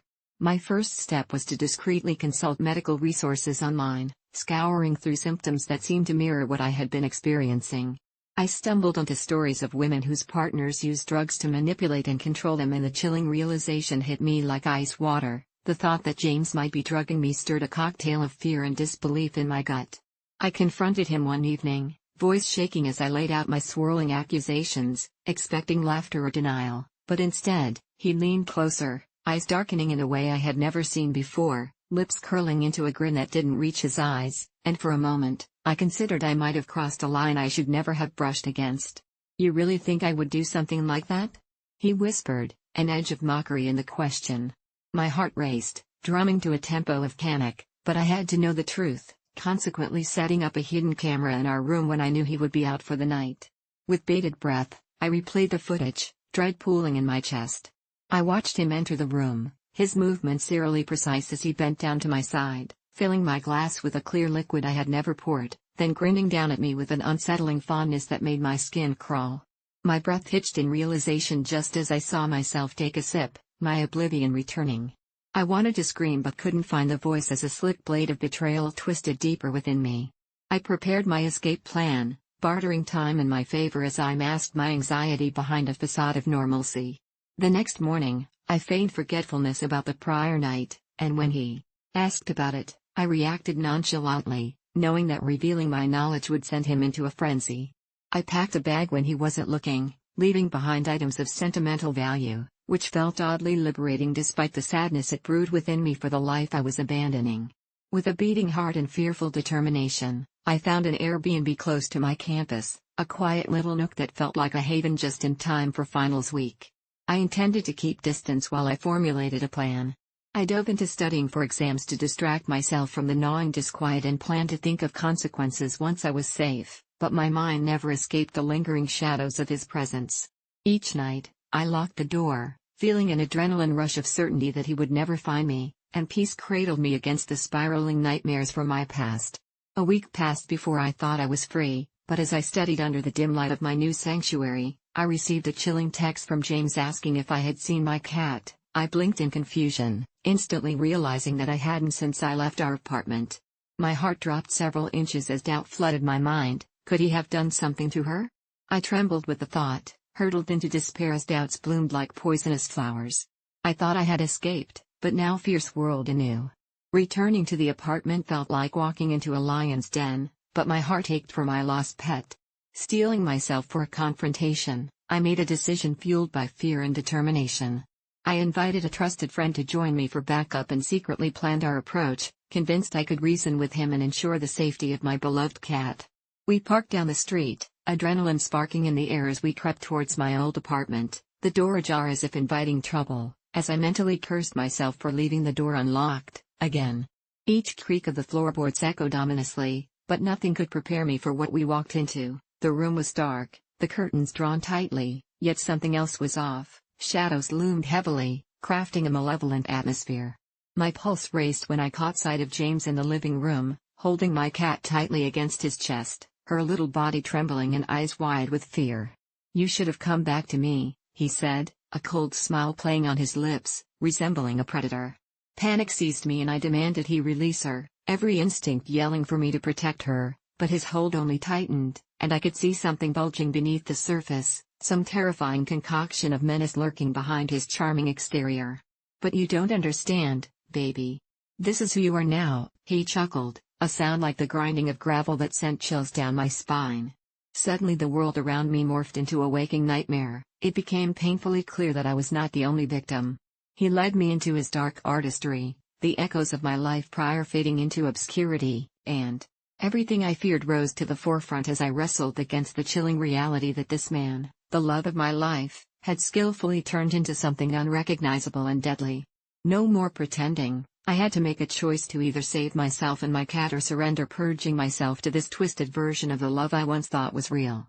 It all started the night I adopted Whiskers, a scruffy tabby with an uncanny ability to know when something was wrong. I found her at a local shelter, tucked away behind a wall of cages, staring at me with wide green eyes that seemed to whisper secrets of her own, but what I didn't know was that those secrets would soon intertwine with my fate in unimaginable ways. A few weeks later, I was winding down after a long day, thinking about how this little ball of fur had completely changed my life for the better, when she suddenly sprang up from her nap and hissed at the corner of the room, her back arched, fur standing on end.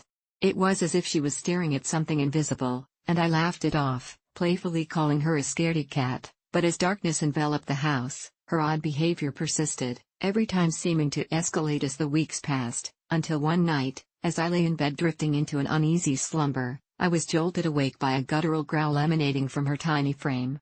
Heart racing, I blinked into the darkness, trying to comprehend her intense stare directed toward the door, my heartbeat echoing like a drum in the quiet of the night. Then, just as I felt my senses returning, a sound like fingernails scraping against glass shattered the silence, sending an icy jolt down my spine.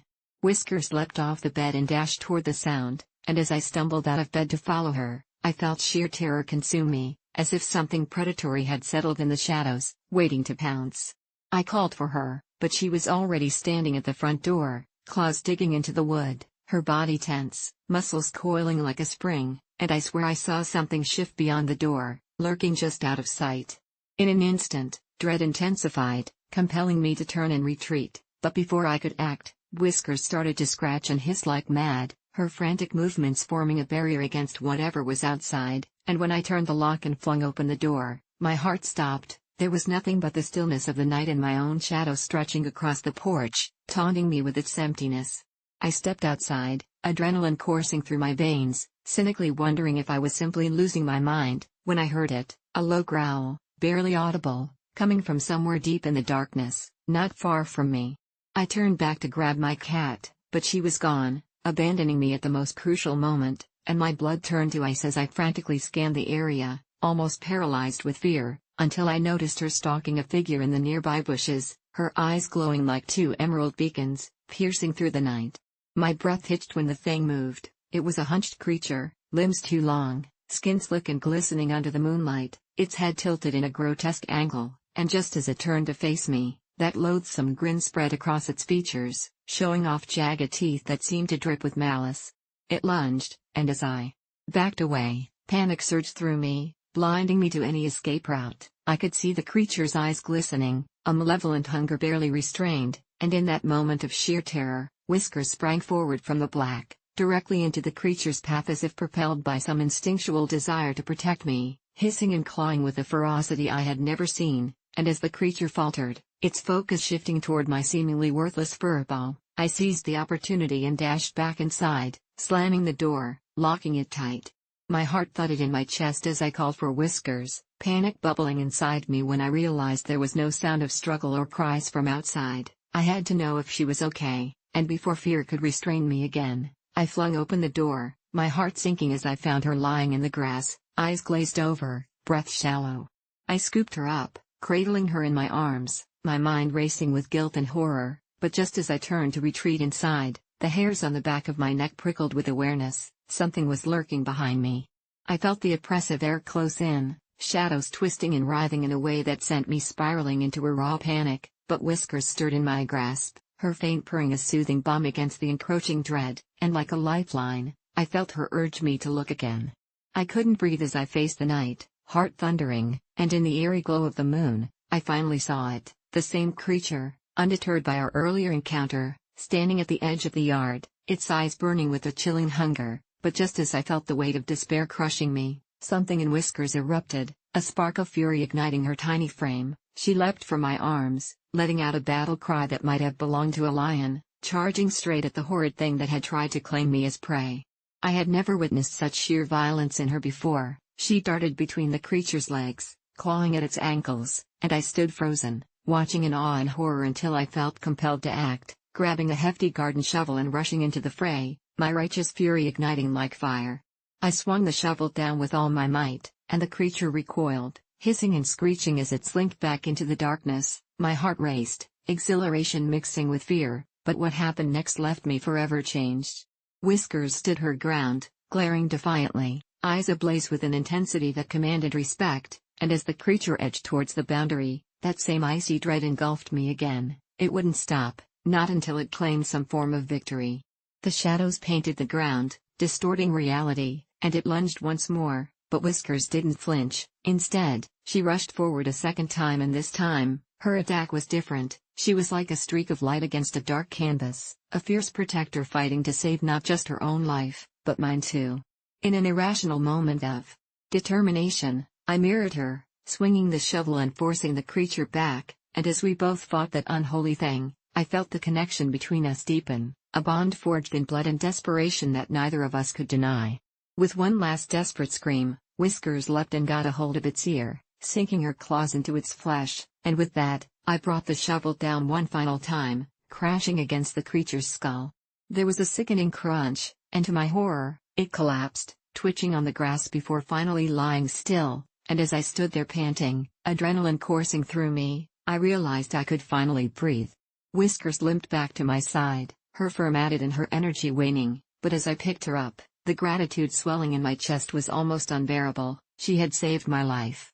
That night, I learned something more profound than I ever imagined possible, that love, in all its forms, could become the fiercest armor, and her bravery in the face of terror would forever hold me captive in a battle I never asked for, both our lives reborn as we transcended the dark, a bond that now cannot be broken. Just as I thought it was over, a whisper caressed my ear. A shadow darted from the corner of my vision, and my blood ran cold. It appeared the battle may have just begun. It started as an innocent camping trip, just 5 friends, a handful of supplies, and the vast expanse of the woods surrounding us, but before the sun even dipped beneath the trees, we began to feel the first threads of unease weave their way into our adventure. We set up camp in a clearing that felt absurdly quiet, the only sounds being the rustling leaves and distant birds, as if the forest was holding its breath. We laughed and joked as night fell, sharing ghost stories around the fire, embers spiraling upward like the tales we spun about what might lurk just beyond the flickering light.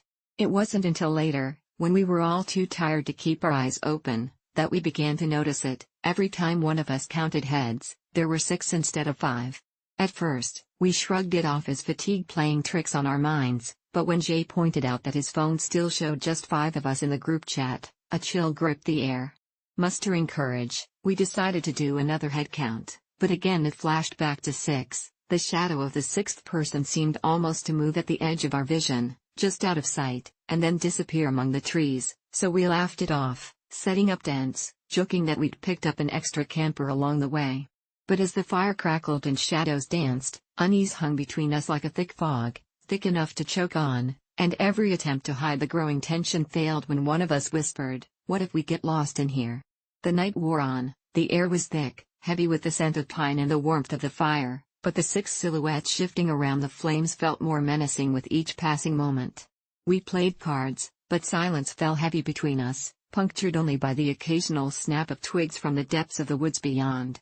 I remember glancing over my shoulder as if expecting to see someone standing there, something watching us, and every time I turned back to look at the fire, there seemed to be a flicker of movement in the trees, something that made my skin crawl. As we huddled closer, grappling for warmth, a piercing owl call echoed above us, and I swore it almost sounded like it was trying to tell us something. I glanced up again, my heart racing, and for just a heartbeat, I saw it, a figure cloaked in shadow, standing beneath a tree just beyond the clearing, not moving, not making a sound, but its presence felt like a weight pressing down on my chest. Suddenly Trey shouted, "Hey! Is someone else out there?" But no reply came, just the forest swallowing the sound whole. We counted again, 6, all of us feeling the tightening grip of fear, and panic flared in our chests as we debated whether to stay put or move to one of the other campsites. All it took was one stunning suggestion: what if one of us is missing? What if one of us is not one of us? We all looked at each other in disbelief as it sank in that we might not all be who we thought we were, the suspicion crawling up my spine as I forced myself to look at each of my friends, trying to find the imposter among us. A heavy hush took the camp, broken only by the soft crackling of the fire as I watched the unease sit tight on faces that were so familiar, and yet, each count only pressed tighter on the panic, and every new count screamed 6 as the night evolved into an indecipherable tangle, fear and paranoia blurring the lines between reality and imagination. "Let's just get some sleep," Jess finally said, her voice barely above a whisper, and with that we crawled into our tents, feeling the weight of the forest heavy on our bodies, the feeling of eyes upon us. I tossed and turned, every rustle outside sending my heart racing, counting relentlessly in my mind, 5 friends, 6 figures, until finally, sleep took me.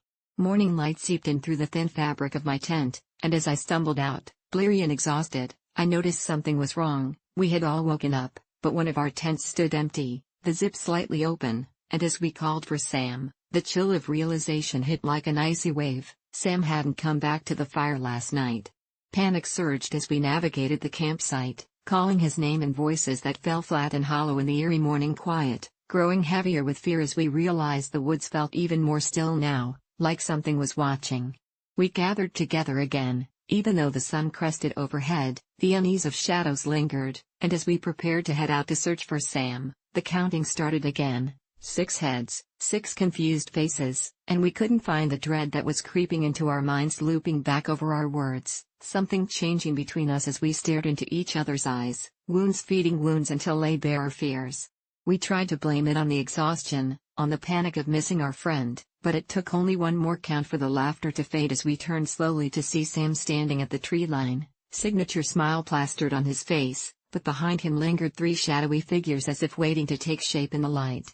He looked unbothered, almost friendly, while we recoiled at the sight and, without warning, the laughter of our lost friend turned haunting, blending with the sounds of shifting leaves in the breeze, and when we counted again, we were still 6, but that night we learned a horror that gnawed at our sanity. It wasn't just the missing that scared us but the understanding that we had never lost anyone at all. The campfire suddenly felt like the last warm embrace of humanity before dark things crept in. The realization crashing like a wave that our minds were no longer our own, that the real terror wasn't in counting heads, but in what the woods had taken from us, certainty, trust, and the fate of only being 5 friends left in a dark thicket that had swallowed the quiet once and for all. The police interview recording titled "The Cookout" had resurfaced years after the incident, drawing attention back to the small town of Crestwood, a place where whispers carried the weight of secrets best left unspoken.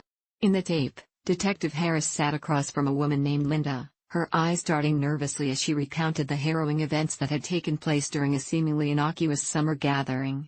It was all fun and games at first, the sizzling barbecue, the laughter of children chasing fireflies, and the inviting scent of grilled burgers wafting through the air, but that friendly atmosphere took a sinister turn when she noticed someone lurking at the edge of the woods. At first, she dismissed it as a trick of the light or perhaps the excitement-fueled imagination of the kids, but as the sun began to dip below the horizon, that vague silhouette materialized into a figure clad in dark, tattered clothing, its face obscured in shadow, and for reasons she couldn't explain, chills ran down her spine. Linda recalled how she tried to focus on the festivities, even as the figure remained stationary, its presence clinging to the air like a thick fog, suffocating and oppressive. She could see her friends, Mark, the jovial host, tossing burgers on the grill with a smile, and Sarah, her best friend, twirling her young daughter in a dance of carefree joy. But with each passing minute, the figure seemed to inch closer, a slow, deliberate movement that made her pulse quicken. She shared how she finally brought it up to Mark, joking at first, saying maybe they should invite the stranger to join the fun, but his laughter quickly turned to confusion. He hadn't seen anyone, and as he looked into the trees, the tension in the air shifted palpably, thick with unspoken dread as the shadows deepened. Linda's hands trembled as she pushed her hair behind her ears, her voice trembling as she described how the laughter faded, replaced by an unsettling silence, as if the night itself held its breath. She recounted how Mark suggested they move the party inside, the last flickering rays of sunlight retreating from the horizon as the darkness settled in, and reluctantly, they all rallied, but a lingering curiosity gnawed at her. She stole glances out the back window, where the figure was finally gone, yet a feeling of uneasy anticipation remained heavy in her chest. Inside, the mood shifted as conversations dulled and questions hung unasked. They distracted themselves with poor television choices while Linda couldn't shake the feeling that something was watching them from beyond the walls. It was only later that night, as they settled in, that Linda heard faint knocks against the screen door, rhythmic and persistent like a heartbeat echoing in the silence.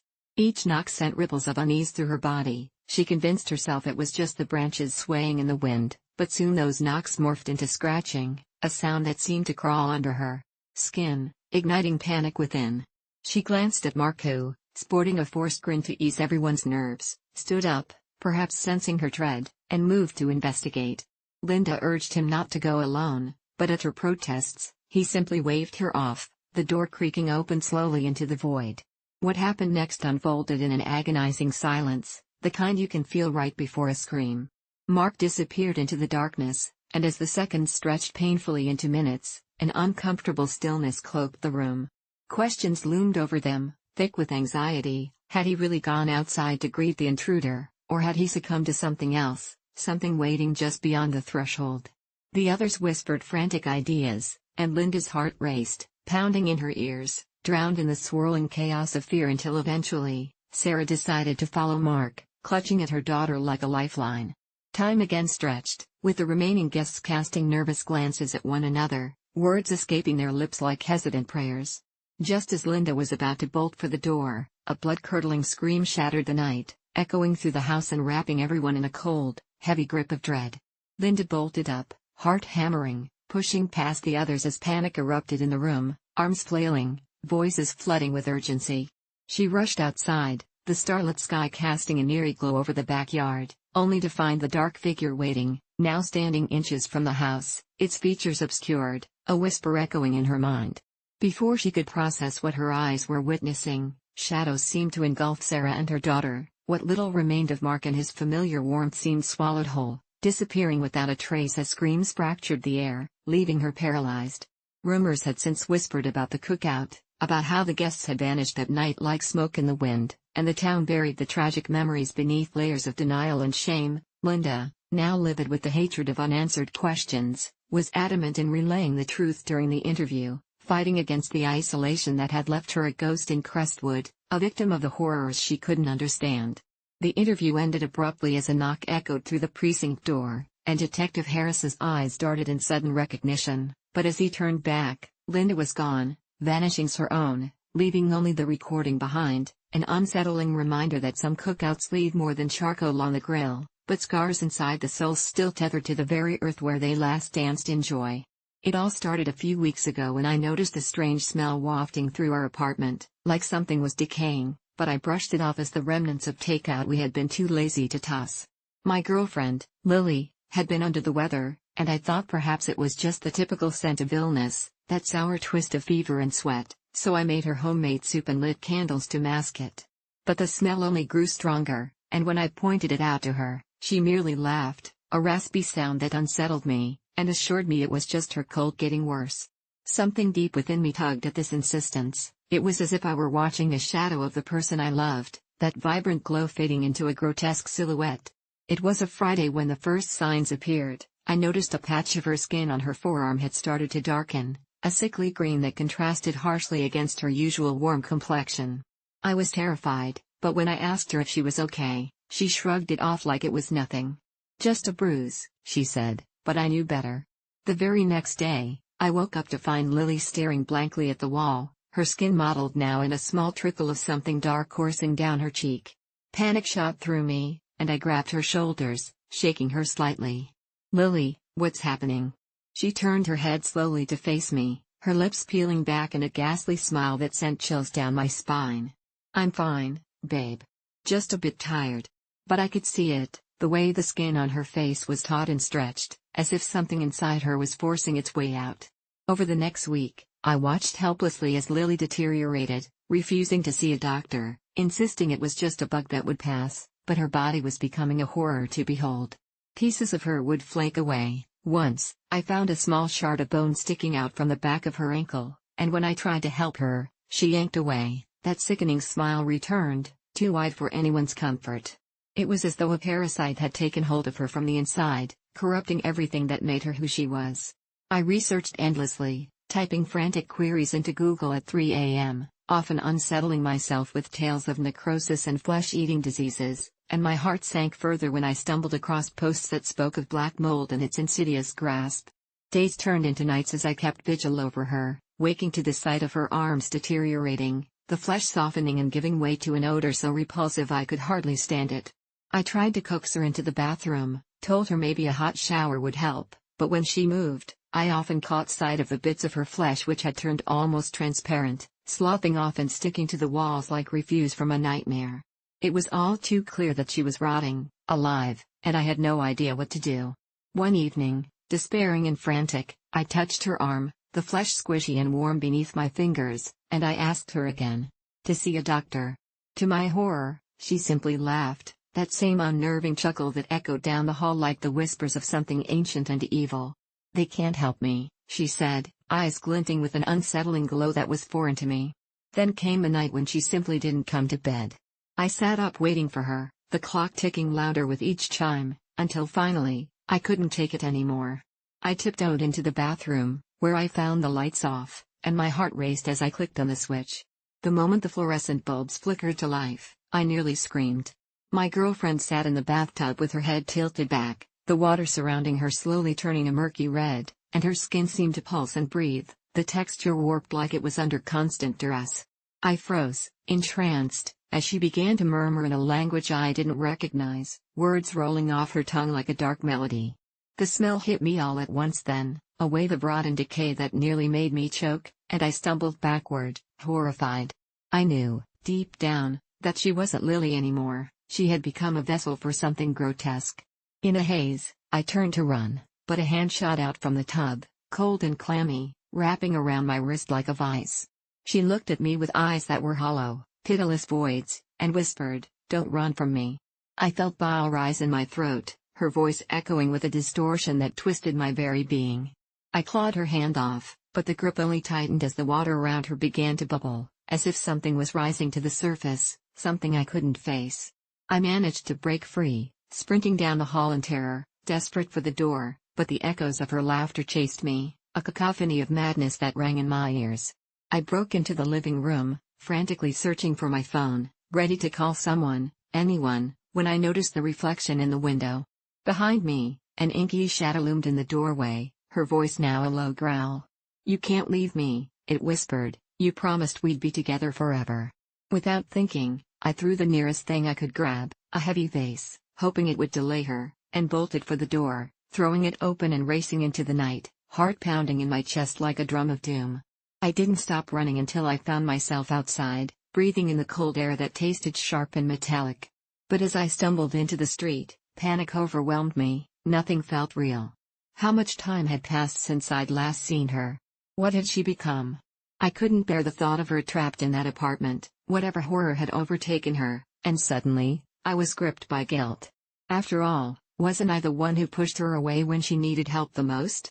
I made up my mind to go back, to confront whatever dark presence had taken hold of her, and though the thoughts of what awaited me froze my blood, I turned and jogged back to the apartment, prepared to battle the grotesque force dwelling within her. But when I reached our door, ready to knock, the door swung open all on its own, and I was met with an impossibly still figure. Lily stood there, her hair disheveled, skin decaying, but her eyes were those of the woman I loved. "Welcome home," she said, that same ghastly smile creeping back onto her lips, and I suddenly realized, with despair crashing over me like a tidal wave, that she was never rotting away. She was simply shedding her skin, reborn into something otherworldly, waiting patiently for me to join her in the darkness.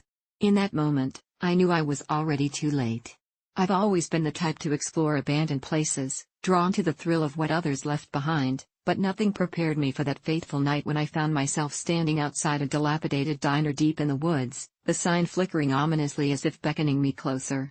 It was covered in vines and rust, and the windows were shattered, revealing dark, empty booths that seemed to whisper secrets of those who once sat there.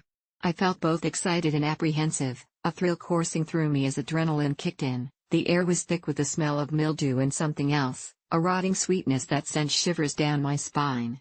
I stepped inside, the floor creaking painfully beneath my weight, and immediately acknowledged the uncanny silence, amplifying the sound of my heartbeat. This diner was like no other, abandoned stockpiles of dusty menus lay strewn across a counter drenched in darkness. An old jukebox in the corner remained still, yet somehow felt like it held the potential to come alive at any moment. I pulled my phone out, its brightness cutting through the all-consuming shadows, illuminating odd stains drawing into the grooves of the sticky floor. My instincts told me to leave, the unsettling sensation prickled at the back of my neck. But curiosity got the better of me, and I wandered deeper into the darkness, only to notice that the booths weren't just empty, they were occupied by what appeared to be shadowy figures just out of sight. "You've never been here before," I heard a faint whisper, echoing from one of the booths, icy fingers gripping my spine.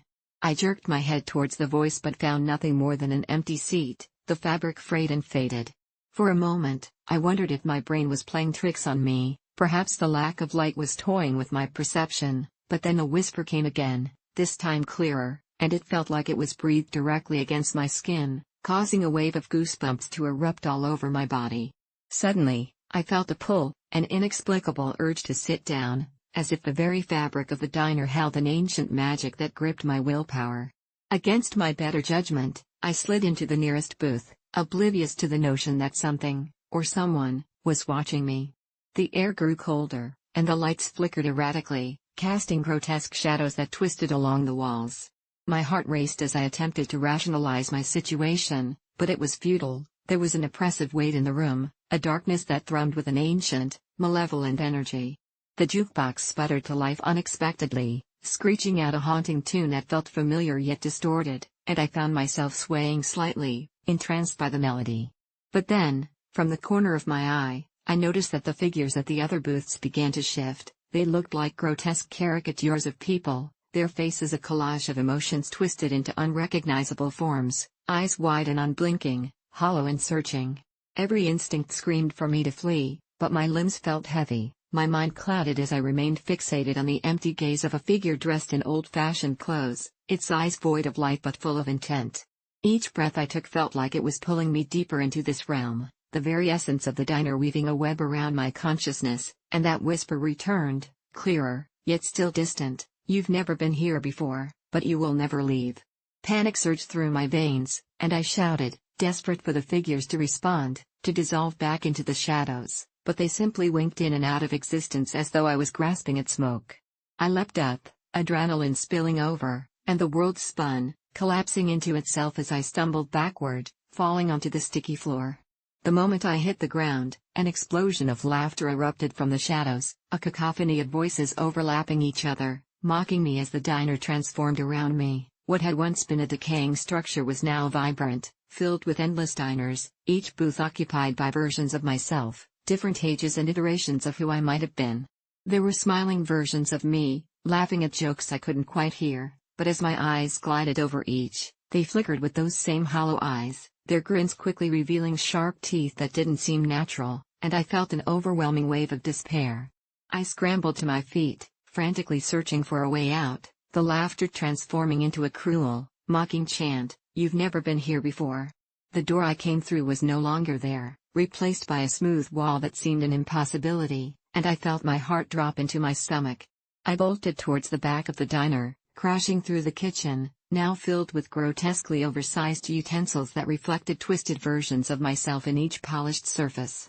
The voices grew louder as I pushed through the broken tile line, my breath ragged, and I felt the air thicken, pulling at my very essence, dragging me back through the once familiar diner full of distorted laughter. There was no escape. I was ensnared by the essence of this forsaken place, lost in the laughter and shrieks of my own existence as I realized my fate was sealed here, trapped within their endless assembly, eternally reminded, "You've never been here before, but now you are home." When I took the job as a night guard at the old grocery store on the edge of town, I didn't think much of it. Growing up, I'd heard the stories about how it was haunted, how people would see shadows darting between the aisles and hear whispers in the produce section, but I always chalked it up to urban legends designed to scare kids. After my first shift, all those stories rabbit-holed into my head when I found a dog-eared paper with 7 strange rules, taped to the wall next to the security monitor. Rule 1. Don't look out through the front windows after 2 a.m. In hindsight, I should have walked right out, but I was desperate for the cash. Rule 2. If you hear laughter, stay quiet. I scoffed at that one. Who would be laughing in a grocery store at night? By the 3rd hour of my shift, I understood the hopeless and terrible camaraderie of fear as I heard faint giggling echo through the aisles, like a distant wind chime, dreamlike and maddening. Rule 3. Never check the meat locker unless you hear a tapping.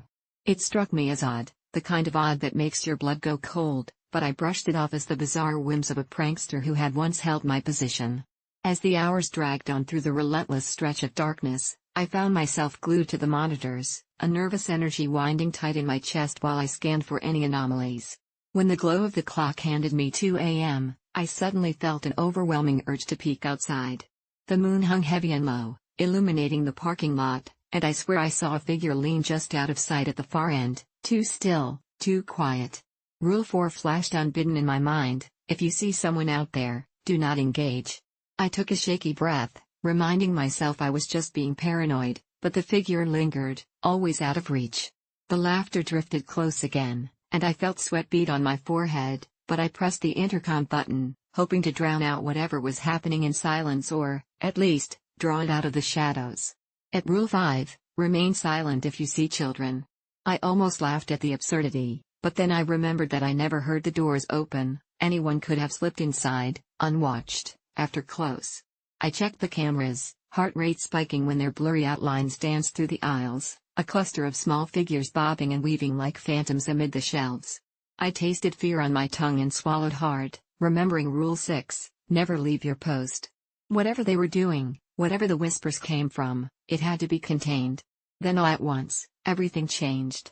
The lights flickered violently, casting erratic shadows, and for a second, they illuminated the front of the store. Then it got darker, correcting its own glitch, leaving me in suffocating blackness.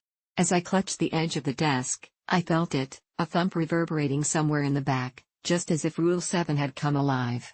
I pressed my ear to the wall, every fiber of my being screaming at me to leave, and there it was again, a terrible tapping, like nails against metal. I cursed my curiosity as I grabbed my flashlight and approached the meat locker. My heart raced under the weight of dread. If this is a prank, I swear, I muttered to myself, only to have the flashlight flicker off. The tapping sharpened, rapid and impatient, and I swung the beam back on, illuminating the locker door, which was ajar. I swung it open, heart in my throat, framed by an unnatural chill that clawed at my senses. The sight before me made my stomach twist. Shelves upon shelves of meat were arranged like some grotesque art installation, but right in the middle, there at eye level, was a small, disembodied hand, stiff, and covered in a sickly gray skin that roiled in seemingly inhuman waves, though nowhere near any natural source of light. I stumbled back, screamed, and the laughter returned, swirling all around me now, echoing through the empty expanse, as the lights flickered back to life, exposing faces half-formed, their grinning mouths too wide, as if they had been waiting for me to find their accursed collection. I swore to myself I would fulfill Rule 1 and not look out. I would not engage with this horror, but they heard my fear. They were children, shrieking with joy now, their laughter rising, and I could hear it clear as crystal, dripping with excitement at my growing terror. I'd give anything to disappear, to crawl out of my skin and escape, but my legs wouldn't listen, glued to the ground as I looked into their hollow eyes. I didn't even hear the door to the store swing open again. An overwhelming rush of air swept across me as the front doors slammed, rattling loudly, the shadows climactic in their movement as they began to drift closer. I thought I might faint right there, engulfed in their madness, when I felt a hand on my shoulder. I swung around in panic, my flashlight beam colliding with a gaunt figure, his face lined with age and deep-set eyes unblinking in expression. He leaned in, whispered with blaring clarity through the chaos, "You weren't supposed to be here." Suddenly, a chorus of wails erupted, piercing through the air, and with a jolt of urgent clarity, The strange rules echoed in my head like a raucous symphony cutting through my resolve.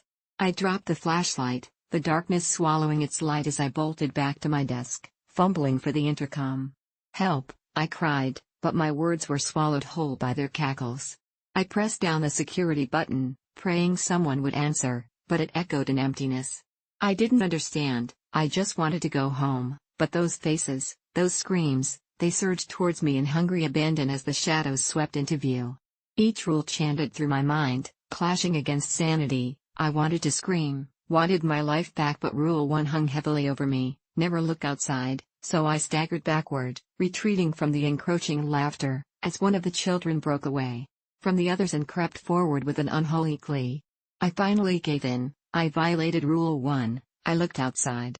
But there was no world beyond the glass, only a vast, endless void staring back at me, darkness and emptiness, and in that hideous realization, I understood far too late that the store was never just a grocery store. It was a trap, a sick game, and the children wanted nothing more than to play. Before I could turn away, they reached for me, fingers stretching wide, as I finally understood that I'd become part of the night, part of the laughter, and in that fleeting moment, I knew those strange rules were not my protection, they were my sentence for playing a game that had never been mine to win. It started on a mundane afternoon when my son, Ben, excitedly dashed into my home office, clutching a crayon drawing he'd made of his face, all big eyes and goofy smile. He asked if he could use our ancient copier to make a print of his masterpiece, the little artist bubbling with pride. I smiled, remembering all the times I had clutched my own drawings with the same zeal, so I said yes without thinking too much about it, never imagining how that innocent decision would spiral into something I could never wake from. The copier whirred to life, its faded button slightly sticky from years of half-hearted use, and Ben beamed as the mechanism chewed through a sheet of paper, spitting out a surprisingly clear image of his colorful creation. We didn't know it then, but that initial print was the beginning of something sinister. A thin line had been drawn between innocence and something unthinkable, a line that would pull our lives apart at the seams. Ben spent the afternoon printing empty sheets, grinning like a maniac as he repeated the process, each fresh copy of his face just a little more distorted than the last. I chuckled at his enthusiasm as I sifted through emails, but after a while, the cheerful sounds of the copier began to grate on my nerves, and I finally told him to take a break. Little did I know that telling a child to stop doing something often leads to a larger problem, and when I returned to my work, I figured that would be the end of it. But as night fell, I heard Ben whispering from the hallway, and when I peeked out, what I saw twisted my stomach into knots. He was huddled over the copier, but instead of his crayon drawing, there was a photo of him, an uncanny replica of his face, but so lifeless it sent chills racing down my spine. Panic crept into my mind, but I brushed it aside, telling myself it was just children's curiosity, a simple desire to see himself mirrored in print. That night, I tucked him into bed, but I couldn't shake the uneasy feeling that had settled over me. After turning off the lights, I could still hear him giggling softly in the dark, and when I went to check on him, I found the drawing taped to the wall, next to several new copies, all horrifyingly perfect, yet his gaze was wrong. Too much depth in those eyes, too many shadows that shouldn't have been there. I thought if I just shredded the pieces, it would make everything go away, but the next morning I woke up to those things strewn all over the living room floor as if they'd been placed deliberately to confront me. The moment I found them, my heart sank into dread, it felt as if it was a warning creeping beneath my skin. But then Ben greeted me, his voice bright, oblivious to the darkness swirling around him. Days passed, but it only grew worse. Each time Ben printed his picture, I'd find the copies in different places, under my pillows, the kitchen counter, stuck to the bathroom mirror, a form of obsession I could not comprehend. I tried to destroy them, scooping the images into the trash, but every time I turned around, there they were again, doubled, tripled, their eyes watching me from every wall and corner of my home. It started affecting him too. He began to mimic the expressions from his printed images, the laughter morphing into a blank stare, his playful energy replaced with an eerie calm that terrified me. I went through old boxes, searching for the manual for the copier, convinced there was something wrong with it. The old paperwork revealed nothing. No recalls, no complaints, just a hefty price my father paid when he first bought it close to 30 years ago. I'd force myself to dismiss my instincts, blaming my worries on fatigue, but every evening his laughter became less pronounced, morphing into an echo of the images that surrounded us. I tried bringing in toys and activities, anything to pull him away from that machine, from whatever strange fascination he held, but to no avail. That damned copier had seeped into his mind like poison. One night, I woke up to Ben screaming, and I rushed into his room, expecting the worst, only to find him sitting up in bed, staring at the wall as if it had come alive. "They're watching me, Daddy," he yelled, curling up tight under his sheets. I didn't know what to say or how to comfort him, besides insisting that he was safe, yet I felt lost as I glanced at the pictures covering every inch of our home. It was an unsettling reminder that we weren't alone. That morning, I finally lost my resolve. I yanked the copier out of the office and dragged it towards the front yard, rain beating down as if trying to warn against my intent, the clouds so dark above. Ben burst out of the house, eyes wide, terror plastered across his face as he screamed for me to stop. "Daddy, don't. You'll regret it." His tiny hands grabbed my leg, weighing down as I fought against my instincts, the urge to destroy it surging through me. The voice of reason fought to level out with a thrill of panic. I thrust it into the trash can and turned away, but the haunting sound of paper shredding echoed in my mind, as if it was mourning its demise. But when I finally turned back to Ben, he was gone, vanished into thin air, and suddenly, the world felt heavier, the shadows blacker, the laughter from the house twisted into a cacophony I couldn't escape. I raced back in, searching for him frantically. Every print I had gotten rid of felt alive in my gut. I stumbled upon the living room table, where the most recent copies lay spread out like some grotesque family audition. Except now, they weren't just images, they were manifestations of his spirit, each one more horrifying than the last. That realization kicked in, sending a shiver down my spine, and I gasped as I turned to hear Ben's voice once again, but this time, it was different. "Daddy!" he screamed. "Daddy, I'm right here." I turned, looking for him, and in a corner of the room stood that final image of his face, the one with the hollow eyes and taunting smile, and the second it confronted me, darkness rushed through my heart. I realized it was him all along, a cruel reflection with its own sinister grasp, and I watched in horror as a shadowy outline pulled itself from the image, merging into the ether around us. Fighting against everything within me, I lunged towards the corner, but it was empty. The image slipped from my fingers, and I collapsed to the floor, begging for it to stop, to end. But that image wouldn't fade. It latched onto my memories as it pulsed, mocking my efforts to free my son from whatever dark curse had attached itself. I was trapped in an echo chamber of regret, and in that instant, as it swallowed the last remnants of who he was, I understood. I had let a hollow piece of my child into our home, and in the pursuit of innocent joy, I had unleashed my worst nightmare, a tormentor that wore my son's smile but was not him.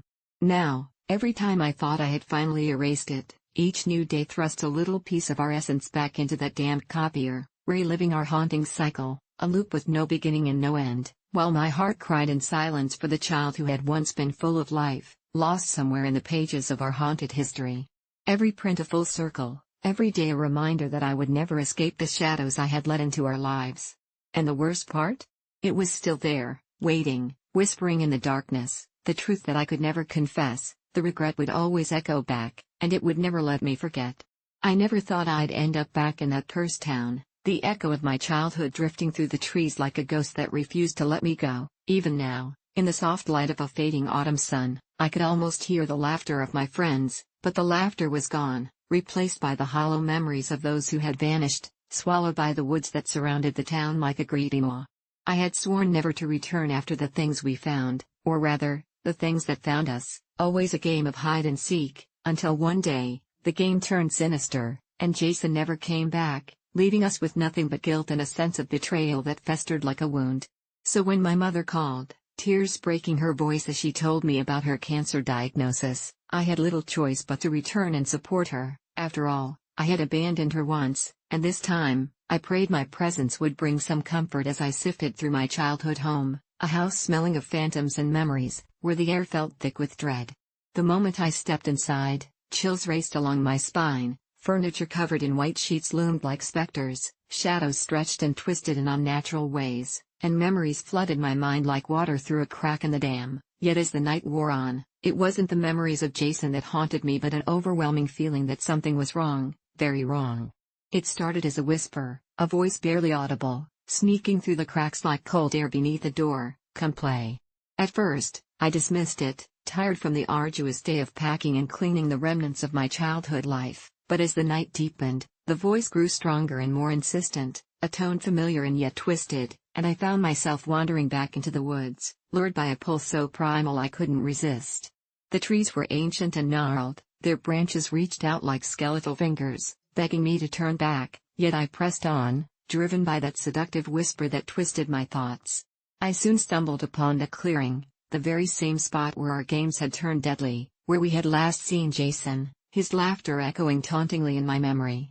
The moon hung low, illuminating the ground littered with faded remnants of our childhood, half-buried toys, crumpled candy wrappers, yet what chilled me further were the symbols drawn into the earth, crude markings that felt like a testament to a younger version of me that had dared to summon something darker, something that had answered. My breath quickened as the whispers escalated into a cacophony, the winds shifting, carrying with it twisted snippets of laughter blending with pained cries that echoed from the depths of the trees beyond, a dissonance of joy and despair. I staggered back as I caught a glimpse of movement in the shadows, my heart racing like a caged bird, and there it was, like a mirage from my nightmares. Jason stood at the edge of the darkness, his eyes hollow, skin stretched over bone, and a smile so grotesque that it felt like a lie crafted to lure me closer. "You came back," he said, the voice unmistakably his yet completely wrong, dripping with an unsettling glee that sent shivers down my spine, and within seconds my legs were moving on their own, propelled by a mix of longing and horror. I had thought he was a memory, a ghost, but there he was, alive, and somehow incredibly alive. He beckoned me, revealing the remnants of who he had been buried beneath an overwhelming darkness, and as I stepped closer, licking the edge of sanity, I hesitated, staring into those empty eyes, begging for a sign that this was real, but that sign never came. "Please, Jason, tell me you're okay," I barely managed to whisper, traversing the uneasy terrain between hope and despair, but as he drew nearer, the chilling reality settled like fog. He wasn't okay, he was something else now, a husk twisted and corrupted, a warning that had come alive in the form of a long-lost friend. "You have to play with us again," he beckoned, tightening his grip around my wrist with unnatural strength, dragging me toward the shadows where laughter mingled with cries, each step filled with resistance, my heart screaming for me to turn back, but I couldn't, the roots of memory held me down. Panic clawed at my throat as inky tendrils reached out from the darkness, wrapping around my legs, dragging me forward, and I stumbled, falling onto the damp earth, whispering in frantic disbelief, "Please, tell me I made the right choice coming back." Laughter echoed in response, a symphony of voices entwined with the rustle of leaves, and as I turned to escape, a torrent of figures emerged from the darkness, children, all too familiar yet perverse, their voices melding into one. "You thought we forgot?" they chorused, the same voices from my past, twisted by time, corrupted by whatever dwelled within those woods, and in that moment, I realized the terrible truth. Jason hadn't just vanished into thin air but had become part of something so much larger, something that craved new souls like mine to join the play, to fuel its insatiable hunger. The laughter grew louder, drowning out my thoughts, and I understood with poignant clarity that I had made the wrong choice. There was no escaping this, no undoing of past mistakes, and as hollow laughter filled the air, I screamed into the night, "Can someone please tell me I made the right choice?" Only to be met with silence, ensnared in the web of my own desperation, the shadows closing in as they welcomed me home. I never paid much attention to the old advice my grandmother used to give me about counting my windows twice every night. It always felt like the kind of quirky superstition people used to scare children, something to keep us obedient and tucked tightly under the blankets, too afraid to venture into the darkened living room for a glass of water or that one toy we just had to have in the middle of the night. But that changed the night I came back home late, drenched from an unexpected rainstorm, adrenaline pulsing in my veins after a rough night out with friends, the kind that leaves you feeling invincible one moment and utterly vulnerable the next.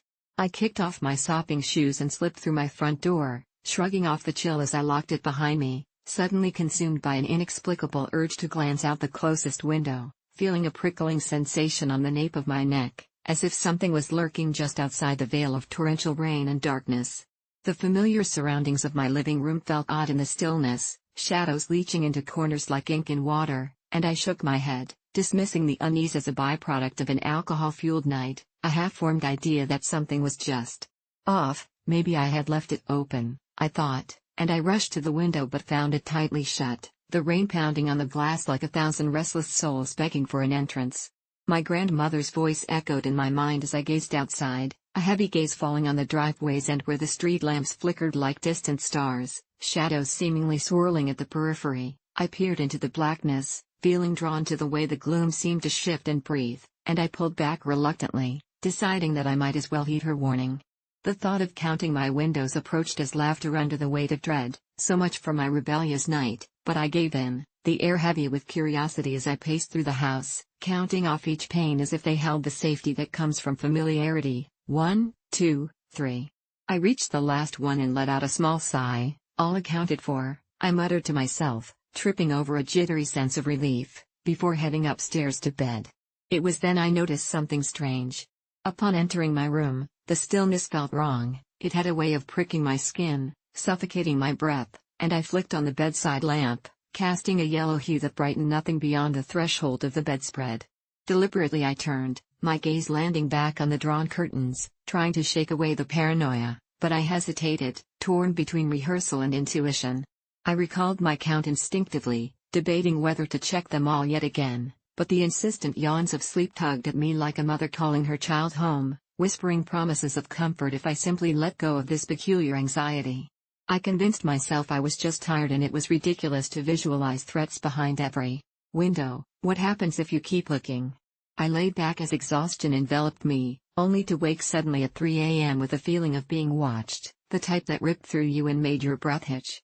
My heart raced, pounding like a war drum as I sat up in bed, acutely aware of the pulsing silence around me, and against my better judgment, I swung my legs over the edge and padded toward the nearest window, the dread feeling palpable as I reached it, heart thundering in my ears. As the curtains slid apart, I gasped, the world outside illuminated in the harsh moonlight, revealing a figure standing just at the edge of the driveway, half obscured by the shadows. He wore a long coat that flared against the wind as if it had a life of its own, and under the brim of his hat, I swear I could see eyes glinting like polished stones, a stare so penetrating it felt wrong, unnatural, and I stumbled backward. In my fear-induced rush, I slammed the curtains shut, guilt washing over me like ice. "Count your windows twice," the mantra echoed, but I couldn't recall a single detail and panic gargled in my throat. Had I really counted? Did I forget a window? I struggled to remember as I repeated the count over and over, drowning in paranoia. Then, just as I calmed, the creaking of floorboards snapped me back to reality. I knew then, something had changed. I listened, heart pounding against my ribcage like a caged beast. Every second felt eternal, but no other sound arrived, only the distant pattering of rain accompanied by the unheard whisper of impending dread. I hesitated, then cautiously opened my bedroom door, only to stop dead in my tracks. Not 15 feet away from me was a window, wide open, curtains flapping like desperate wings in the storm. I distinctly remembered closing it earlier, and with staggered breaths, I stepped closer, the realization morphing into sickening fear as a chill swept through me. Panic-stricken, I dashed back to my bed, eyes scanning the room, counting desperately. Around the house it echoed until I finally convinced myself I had checked everything, yet the nagging feeling remained, a certain gravity that lingered just beyond my grasp. Alone, I tried to settle down, burying myself under layers of blankets, wishing it would all fade away with every tick of the clock, until finally, I lost myself to sleep, the kind that teeters on the edge of nightmares where the boundaries between reality and the unseen blur, where the existence of that wretched figure becomes a haunting melody attached to the ticking of seconds. I was jolted awake again at 4:11, gasping as the unmistakable sense of presence washed over me like a shroud. My bedroom door hung slightly ajar, and at that same moment, I heard the soft but deliberate creak of someone stepping inside. I dared not breathe, heart racing like an overwhelmed engine, and though I fought to convince myself it was just my imagination, optimism had begun to sour into dread. My heart was in my throat as the soft creaking steps continued, advancing slowly, deliberately. Whoever, or whatever it was getting closer. I could almost make out a shadow slipping further into my room. I instinctively reached for my phone, the harsh blue glow illuminating the darkness as I summoned every ounce of courage to swing my feet over the edge of the bed. My throat dry, I positioned myself in silence and switched to the camera, clear as day, catching that figure hunched over my window, gazing outside. I couldn't see his face, but the way he turned, slowly, deliberately, made my skin crawl despite the numbing shock. The cold, Bright light from the screen revealed something that shattered every semblance of reality, the empty space behind him, a gaping absence where my other window should have been. Just beyond the curtain, only darkness loomed, endlessly silent, wide enough for a desperate heart to want to run and yet too paralyzed by fear to move. In that single moment, with the figure's piercing gaze directed my way, an overwhelming sense of inevitability sank into my marrow. Whoever this was, he was waiting for me to make a sound, an offering to his grotesque existence, to emerge from this sealed cocoon of safety and hope. Without thinking, I broke the spell and bolted from my bed, sprinting down the dark hallway, dodging the oppressive darkness that felt like fingers grasping at my skin. I didn't look back, I couldn't. I burst through the front door, nearly ripping it from its hinges, and fell to the ground in the wet grass, gasping for air, the rain soaking me to the bone, adrenaline coursing through my veins. As I sprang back to my feet, my mind still racing, I suddenly thought of the windows. I couldn't see inside. Where was my phone? Where was I? The moment I turned back to my house, the reality it contained hit me like a punch to the gut. The figure now stood fully revealed within my living room, eyes locked on me through the glass, staring with an unsettling glee. I ran into the street, heedless of everything around me but that burning gaze, and, in that moment, I understood that counting windows wasn't some quaint superstition, it was an ancient warning, something that wasn't meant to be ignored. As I scrambled down the road, I felt ephemeral at the edges, aware that I was forever changed by the presence of that thing inside. The comfort of home welcomed me with warmth, but I now knew that sometimes, the knock at that door isn't merely the beckoning of shelter, it can lead to something that comes for you when you least expect it. I never looked back, because counting our windows might just be a way of keeping something unseen at bay, and clearly, I had neglected an unspoken contract living within those thin panes of glass. Each night since, when the moon rises high and the shadows dance across my walls, I count my windows twice, praying to elude whatever holds those dark corners, all the while anxiously anticipating the sound of footsteps, creeping, inching closer to where my heart beats. When I quit teaching 23 years ago, I thought I had left behind the haunting memories of my tenure, but that was before I learned that some ghosts never truly fade. It began on my first day at Maplewood High, a dreary place folded among the evergreens of a forgotten town. The place felt heavy with the weight of unspoken secrets, and the atmosphere crackled like the calm before a storm.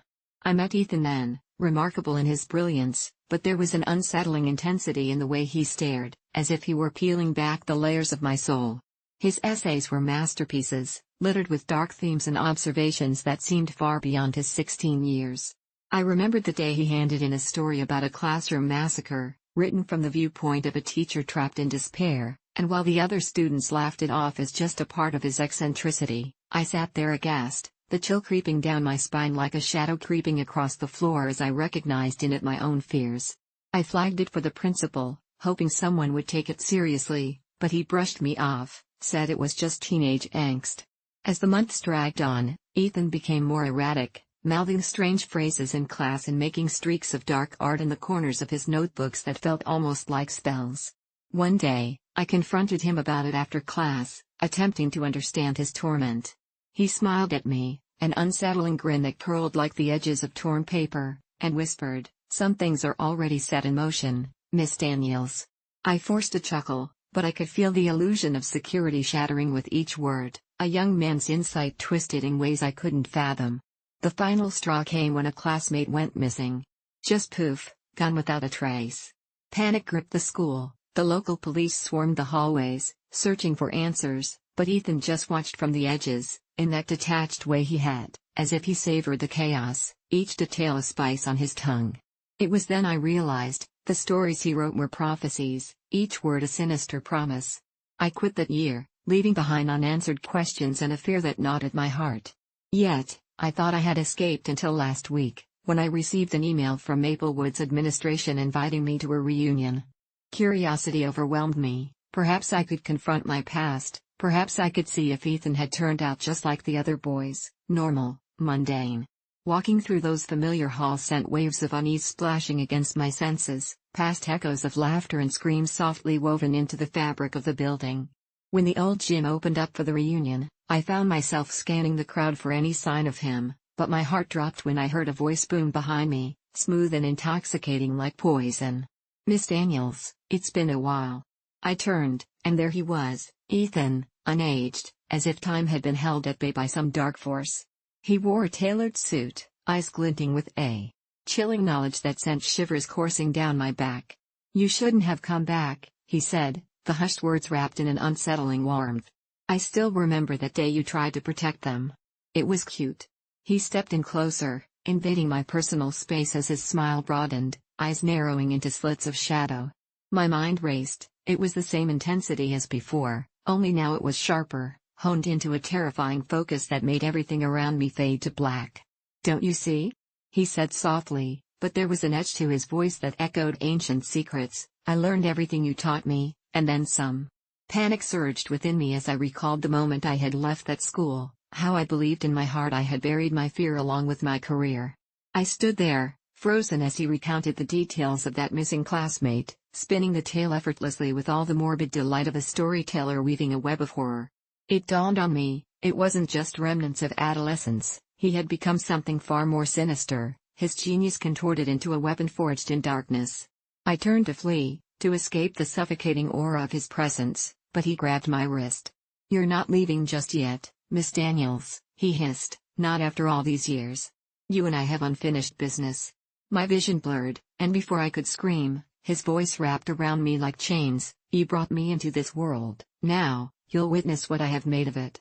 As I stood there, trembling, the realization hit me, my legacy was stitched into his very being, and I wasn't just confronting my past, I was staring into the abyss that I had unwittingly shaped, and that darkness had only grown, hungry for a new victim, ready to seep through the pores of a town plagued by shadows, all from the mind of a boy who had once sat in my classroom, and now towered over me, a maestro of fear, whose greatest lesson was just beginning.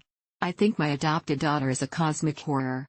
I know how that sounds, and honestly, I never believed in anything like that. I was a rational man grounded in science, more comfortable with the idea of a malfunctioning thermostat than anything supernatural. But then Ava came into our lives, a polished diamond of a girl with obsidian eyes that seemed too big for her delicate face, adopted straight from a foster home where her past was a morass of shadows.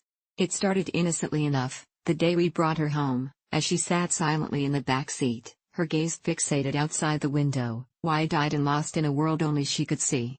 At first, the quirky habit seemed innocuous. She would babble about the stars whispering and the fish that swim through the sky. I laughed it off as childlike imagination. However, the longer she was with us, the more I became convinced that she was piecing together a very different fabric of reality. Sleeping was becoming unbearable. I'd wake up drenched in sweat, clutching the bedsheets as threads of her nighttime mutterings seeped into my dreams, a cosmic language only she seemed to comprehend, twisting and writhing with meanings and calculations that I could not grasp. The turning point came on an autumn evening when the sky transformed into a carnival of colors, a spectacle that had me rushing outside only to find Ava in her nightgown, arms outstretched as if conducting an invisible orchestra, laughing maniacally, her laughter a reverberation in my skull, echoing with something untamed and primal. I wanted to laugh, too, but I could feel that familiar chill creeping down my spine, and as I approached her, the sensation morphed from curiosity into horror when I noticed a slithering movement beneath her skin, an undulating rhythm that danced in opposition to her skeletal frame, a phenomenon that shouldn't exist in a child, and yet there she was, grinning with a mouth too wide for her face, revealing a maw of jagged teeth that glistened under the moonlight. I ran inside and locked the door, but she was there on the other side not long after, her voice a honeyed whisper that dripped with malice. "Daddy, let me in." I didn't understand how she got there so fast, and my heart raced as I imagined the stories I'd heard of children being vessels for ancient evils. Yet still, my love for her, that tether that bound me to this little girl, caused me to hesitate. With trembling hands, I cracked the door just enough for her to slip through, the air around her heavy with an energy that felt wrong. I tried to brush it off, but Ava began to change. She would scrape art across the walls, chaotic, swirling symbols that writhed in the corner of my eye when I wasn't looking directly at them. My wife, God bless her, had started to dismiss it all as a phase, urging me to take a step back. She'd soothe me with her own analysis that perhaps the way our young daughter sketched was harmless creative expression. But I woke up one night to an unbearable weight on my chest, feeling as if I was being pressed into the bed by ghastly hands, and I turned my head to find Ava staring at me from the foot of the bed, eyes shadowed in slits of deepest gloom, her ink-stained fingers moving hypnotically, drawing something in the air, A constellation or a prison, I couldn't quite tell. I wanted to shout, to throw myself from the bed and escape her malevolence, but I was frozen, caught between sleep and consciousness as she spoke in that same tongue, a guttural dialect that seemed ancient and neither celestial nor earthly. The more I resisted, the tighter the grip around my heart became, squeezing with terrible insistence. It wasn't a gradual madness, it was instantaneous. I began to notice other children in the neighborhood. They would stare, still and silent, as if entranced by some gravitational pull emanating from our home. I couldn't shake the idea that they shared some whispered knowledge about AITA that I was privy to but couldn't fully grasp. I began obsessively researching strange occurrences and cults throughout history, desperately searching for answers, but nothing could prepare me for what I discovered in the library's dusty archives, files filled with accounts of children born under specific celestial alignments, children who would, after a certain age, act as harbingers of a long-forgotten entity that can twist the very fabric of reality itself, descriptions matching my daughter in unsettling detail. I learned about the rituals meant to subdue such beings and earlier attempts to keep them at bay, how boys and girls living on the fringes of dreams whispered unholy truths that could bend the wool of humankind. I dared to confront her, demanding an explanation, only to find myself drowning in the abyss of her gaze, begging her to return to the little girl I had hoped to raise, but she merely smiled, a smile that split her face like a chasm. The final straw came during a stormy night, thunder crashing and rain sheets racking against the window, when I noticed an unearthly glow radiating from the basement, where Ava had taken her art supplies, sketching diligently. Wild-eyed, I approached and was met with the sound of chanting, voices rising and falling in a melody that clawed at the edges of reason. I couldn't fathom the words, but they stirred something primordial inside me, dredging up fears long buried, and as I flung open the door, I was greeted not with my daughter but an avalanche of thousands of shapes writhing, pulsing, and intermingling at her feet, forming grotesque towers from star patterns and symbols I couldn't unsee or forget. My hands were trembling, the scent of stale fish permeating the air as I staggered backward, feeling reality shift like sand underfoot. "Look, Daddy. They've come to play," she called out gleefully, innocence intermingled with terrifying glee as the shadows curled around her, swarming and festooning her little body in nightmarish adornments. It was then that I realized my daughter had not merely been adopted from an orphanage, she was a vessel, an interdimensional conduit masquerading in a guise I once thought innocent, but now bore the weight of something unfathomable. I fled the house, the storm pounding against me like 1,000 drowning voices wailing through the air, but somehow, I couldn't escape the vision of her smiling face or the echo of her laughter that chased me into the depths of night, whispering sweetly of an eternity where worlds collide and the familiar is just an illusion. I ran, and as I did, I heard the faintest whisper from behind, "Don't you want to join us, Daddy?" And I knew that somewhere beneath that innocent visage lurked an ancient horror, waiting, undulating, and hungry for more than even love could withstand. Now, I find myself terrified to return, the thought of what waits behind those walls gnawing at my sanity like a relentless specter, and I'm convinced that I'm becoming a part of it now. The stars have begun to whisper my name, too, in tongues I cannot understand, urging me to return to the daughter I lost, and if you ever see us, if you encounter an adopted child with eyes that shimmer with cosmic secrets, do not approach, for you may find yourself pulled into a horror far beyond your comprehension. It started innocently enough, just a stupid joke thrown around the office. My friend Charlie, with his dark sense of humor, decided to impersonate our boss during a break, mimicking his clipped speech and adding an absurd twist that had everyone doubled over with laughter. But when Charlie jokingly suggested we dye our boss's beloved cat neon pink as a team-building exercise, I felt a chill run down my spine. I was always the one who encouraged laughter, who thrived on wit and banter, but I had just received a warning from my recently divorced father about how easily humor could turn sour. Too many times had he made a joke that lost him friends instead of gaining them, yet here I was, chuckling along with the rest of the team, when everything changed in an instant. 2 days later, as I sat at my desk poring over spreadsheets, there was a commotion coming from the reception area, and I remember thinking how odd it was, but I put my earbuds in to drown it out, blissfully unaware that something terrible was unfolding right outside. It wasn't until someone tapped me on the shoulder that I pulled my earbuds out, turning to see Sarah, the intern, bathed in a frantic glow, looking like she'd seen a ghost, and she breathed, "It's happening.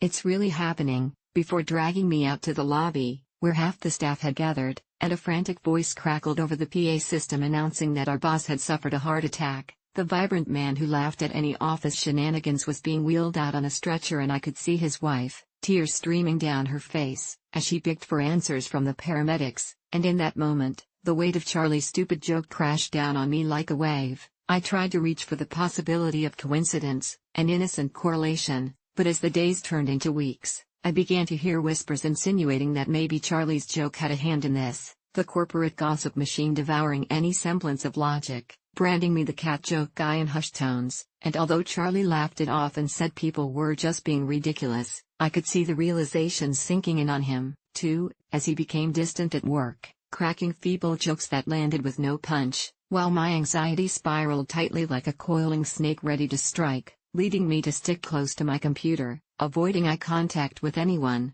fearing their gazes would accuse me of having cursed the boss, as if my laughter had summoned the heart attack. And the very air in the office became thick with judgment and blame. When our boss finally returned, his spirit dampened by a near-death experience, I knew it was selfish, but I couldn't help but feel liberated. In the chaotic rush of adrenaline, I overheard Charlie lamenting about quitting after the unwanted scrutiny was suffocating him, so that night, fueled by guilt, I decided to lighten the mood by organizing an after-work event, thinking maybe we could leave behind all the tragedy and shame, and for the first time in weeks, laughter felt appropriate again, until I noticed my boss's office, dark and locked, and that horrible thought crept in, was I still wronging his memory by bringing in the laughter? And as if summoned by my musings, the electricity dimmed, and a moment later, the lights flickered back on, reminding me of one of those creepy horror movies where a sinister presence lurks in the shadows, and the laughter from my coworkers suddenly felt strained, like they were trying too hard,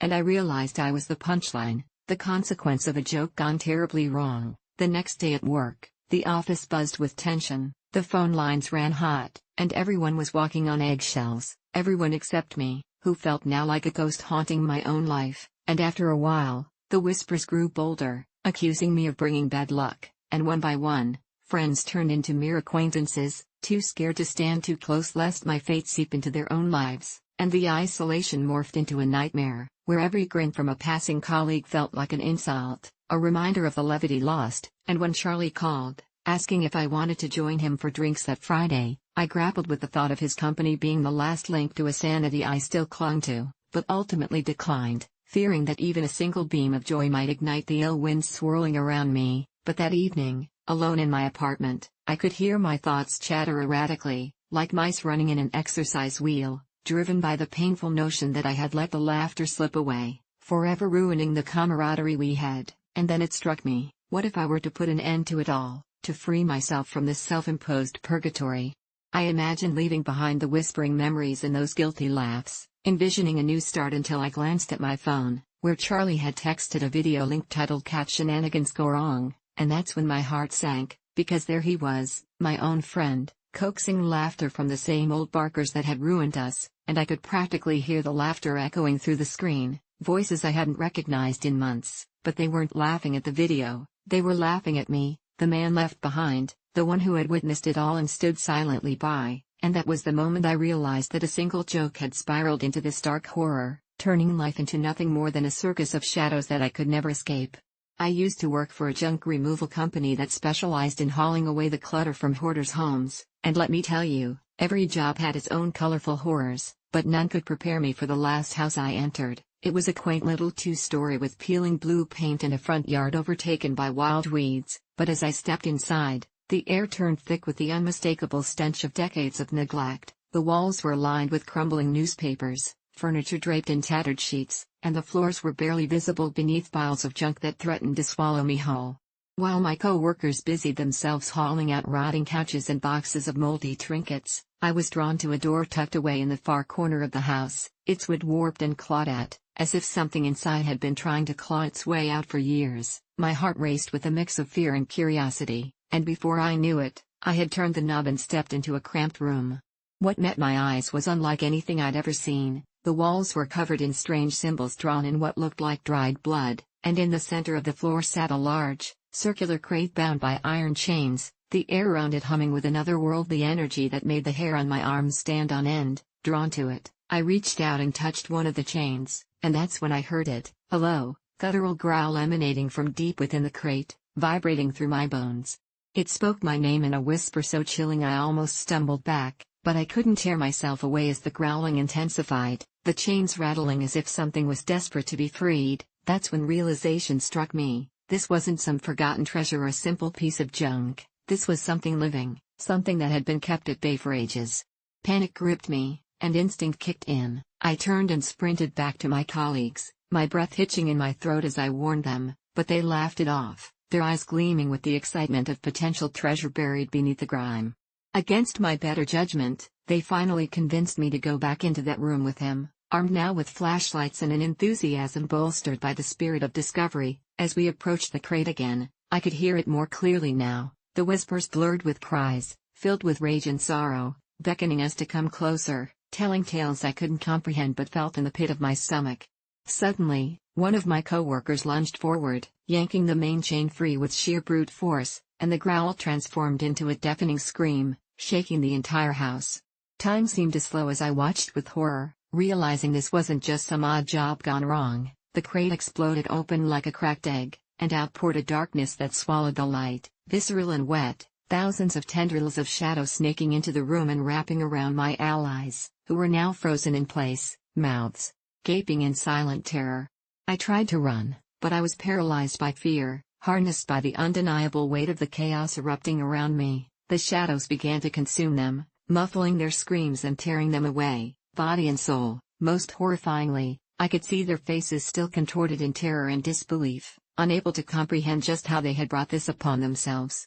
I turned and fled, stumbling over debris as the house trembled beneath the onslaught of whatever had been trapped inside. I could still hear it, that awful chorus of despair as it devoured them, and I burst through the front door just as the screams faded into unholy silence.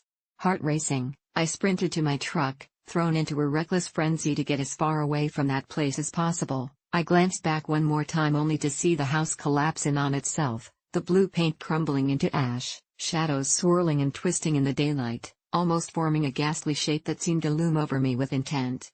I promised myself that job would be my last. The things I heard, and what I saw would haunt my every waking moment, but it wasn't until nightfall that the real nightmare began. I would wake up in a cold sweat, drenched in a midnight darkness too familiar, with whispers crawling through the silence, soft yet insistent, calling my name over and over. I thought it was guilt, visions of my fallen coworkers haunting my dreams, but with each passing day, as I tried to push it all from my mind, the whispers grew louder, sharper, until I could feel them curling around my heart, squeezing until all I could see was that dark void where the room used to be. My friends would call, checking in, but as soon as they'd mention work, the shadows in my mind would resurface, and I'd panic, rushing into the night with the ache of knowing something had been unleashed that day, a primal force of chaos that now bore my name. Desperate to escape, I changed my number, moved towns, and threw away anything that reminded me of that job, yet I still found myself pulled from sleep every night, drenched and gasping, feeling eyes watching me, hearing that sinister growl crawl into my ears. You opened the box. It took months, but eventually, I convinced myself to stop running and face this horror, only to discover the unthinkable, a package waiting at my doorstep, addressed to me, bearing an enclosed note that read, "We want to play." I haven't opened it yet, but I can feel something strange crawling under my skin. I don't need to peek inside that box to know that it's tainted. Whatever I unearthed in the shadows isn't done with me yet, and now, no matter how far I run, there's a darkness lurking that knows my name and wants me to join the screams. For as long as I can remember, my cat, Whiskers, had a peculiar way of expressing her affection for me. She would bring me gifts. At first, I thought it was just her natural hunting instinct manifesting in the form of little treasures, a dead mouse here, a lizard there, but soon, I began to realize these gifts were less about demonstrating skill and more about sending a message. One morning, I woke up to find a small, mutilated bird laid carefully on my pillow.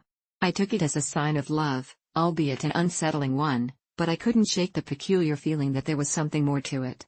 As the months went on, Whiskers became more adventurous, presenting me with a growing array of presents. Stolen toys from the neighbors' yards, scraps of fancy fabric, and even the occasional shoe. I often joked that my cat had a better social life than I did. She darted in and out of other people's houses with a boldness that left me both bemused and envious. My friends were amused too, but they warned me that animals have instincts that humans often overlook. I dismissed it. Cats are silly. They just want to share their kill, I reasoned. Yet, I couldn't shake the feeling that Whiskers was trying to tell me something with her increasingly bizarre selections. The gift soon took a creepy turn. One day, she brought home a bejeweled collar that looked suspiciously expensive. Confused, I decided to investigate where she had found it, leading me down the street and around the neighborhood, hoping to catch a glimpse of the collar's owner. After knocking on numerous doors, I finally found the rightful owner, an elderly woman named Mrs. Henderson, who lived alone and had been frantic about her missing cat for 2 weeks. The moment she saw the collar, her expression morphed from frustration to horror as she gasped, "Oh no. That's my Bella's collar." It was an eerie coincidence, the way my cat had found the collar, and something in Mrs. Henderson's voice urged me to dig deeper. I offered my condolences and asked if she had found Bella, her precious Siamese cat, yet. She shook her head, tears welling in her eyes, and I could feel my stomach twist in knots. Suddenly, I felt as though Whiskers wasn't just bringing me gifts, she was relaying an ominous warning. When I returned home, I felt a rush of panic because I sensed that Whiskers' gifts were becoming progressively sinister. She started showing up with things that looked almost human, a tuft of hair that could have belonged to a small child, tiny shoes that matched my niece's, even an old, rusted locket. Each item was disturbing in its own right, but the scariest part was when I caught Whiskers digging in the dirt in my backyard one evening. My heart dropped as I saw her emerge, mouth stained with something dark. It wasn't until she dropped a small, unrecognizable bundle at my feet that my world spiraled into chaos. Stricken with horror, I couldn't even bear to look at it closely. Something told me it was wrong, so wrong. I was well aware of the potential for my wild imagination to run away with me, but a nagging dread pushed me to investigate the parcel wrapped in soil and grass. With trembling hands, I pulled away the dirt, and what lay beneath was unmistakable, a small, human-like jawbone. I stumbled back in shock, the world spinning as the gravity of what that meant slammed into me. It dawned on me that somehow, Whiskers had stumbled upon something horrific, something dark and just beyond my understanding, not just in the lives of the other pets she'd found but in the people who had vanished along with them. The next night, I thought about just tossing those gifts into the trash, but I couldn't bring myself to do it. I was too terrified of what it might mean if I rid myself of them and too entranced by the idea that Whiskers was not just my pet, perhaps she was a vessel of something much darker. But what she had unearthed hadn't been just an idle discovery, it had a purpose. I knew I couldn't keep hiding from the truth. Frantic and desperate for answers, I went on the internet, searching through local missing persons reports. As I scrolled through photos of smiling faces, my heart sank with each one. They were all gone. It was the eyes that did it. Every single person had a certain light behind them, the very same brightness reflected in the lost belongings Whiskers had dragged home. And that's when I came across a forum dedicated to pets that went missing without explanation, where people shared eerie experiences that echoed mine, mentioning a gift-giving behavior from their own animals. The descriptions were eerily similar: a stray cat, a golden retriever who had found something bloody in the woods, a beagle who kept barking at what its owner could only describe as a dark shadow. And in all those stories, the gifts seemed to grow darker with each report. I felt the walls of my world closing in on me, suffocating me with their truth. But Whiskers seemed oblivious to every bit of horror I was unraveling. She curled up by my side, purring softly, as if she were my guardian. The next day, I dragged myself out to the backyard again, caught in a whirlwind of dread. I peered at the spot where Whiskers had brought up the jawbone, hoping against hope that it had all been a sick joke. But as I scooped up that patch of dirt, my fingers grazed something hard beneath the surface. With alarming urgency, I began digging to unearth whatever secret lay just beneath my feet, every shovelful of soil bringing me one step closer to revelation. Eventually, I stumbled across a small, weathered box, its hinges rusted but still intact. My heart raced as I pried it open, and when I did, it revealed a trove of tarnished trinkets and photographs that confirmed my worst fears. These were trophies from the past, mementos of lost souls. I felt sick. This was a trophy for the collector, and my cat was somehow a part of this macabre game. But more than that, as I looked closer, I noticed a small photograph tucked inside, a little girl clutching a toy stuffed rabbit, her eyes as glowing as the many items surrounding her. And beneath it, in delicate writing, it read, "For the best friend a girl could have." I staggered back, breath hitching in my throat, as the pieces fell together. Whiskers hadn't just been a simple cat, she was a harbinger of the lost. My heart raced as something clicked in my mind. It was all meant to be. My cat wasn't merely offering gifts, she was carrying out the haunting work of a collector who sought to break the boundaries between the living and the lost. And there was no denying, with the way her eyes pierced through to my soul, that I was now bound to this growing collection. They say cats choose their people, but perhaps I had been chosen for something else entirely, something I couldn't escape. I dropped everything and ran, chaotic thoughts racing through my mind, desperately wanting to escape both the reality and my cat, but as I sprinted away, I felt a chill run down my spine at the reminder of that photograph. All of it lingered in the back of my mind. Whiskers was waiting at home, ready to share her next best gift. It wasn't just her hunting nature, she was my shadow, my vow to the darkness, and there was no running from fate. I should have died 10 years ago. I have a murderer to thank for my life, and trust me when I tell you that's not a sentence I say lightly. It all started on a cold November night when I was just 17, high on adrenaline and stupidity, ripping through suburban streets on my bike, feeling invincible, when I collided headfirst with a pickup truck that came barreling out of nowhere. I cracked my skull open, felt my body crumpling under the weight of pain as darkness swallowed me. I truly believed it was over, that my life would flash before my eyes and then dissolve into nothingness, but instead, I woke up a week later in the hospital room, bandages swathing my head, and though I didn't know it then, the man who hit me was a murderer on the run, someone whose face I never saw but always felt watching me since. The police had found him a few days after the accident, holed up in an abandoned house just on the outskirts of the city, and he was linked to a string of murders that spanned years. But as for me, I was a survivor of a hit and run. The police painted me as just another victim in his long-drawn saga of destruction, and yet something about my brush with death began to unravel everything I knew. I lost track of how long I stood in the hospital, grappling with the medications and the nightmares that ensued, and it was in those haunted nights that I felt a presence lurking in the shadows of my dreams, a figure with a sickening grin, the very embodiment of the man who had nearly taken my life. Months turned into years, and with them came a strange obsession, a compulsion to know everything about him, as if somehow understanding him would absolve me of the fear that gripped my soul every time I closed my eyes. I delved deep into the news articles, court testimonies, and police reports, piecing together the life of this man who had irrevocably changed mine, and I learned his name, Charles Reeve. Always referred to in hushed tones, his sadistic tendencies and brutal methods sent shivers down my spine, and I was tempted, inexplicably, to reach out to him, to understand how someone can lose their humanity so entirely. The low point, though, was the day the package arrived, sealed tight, without a return address, but I knew it was meant for me.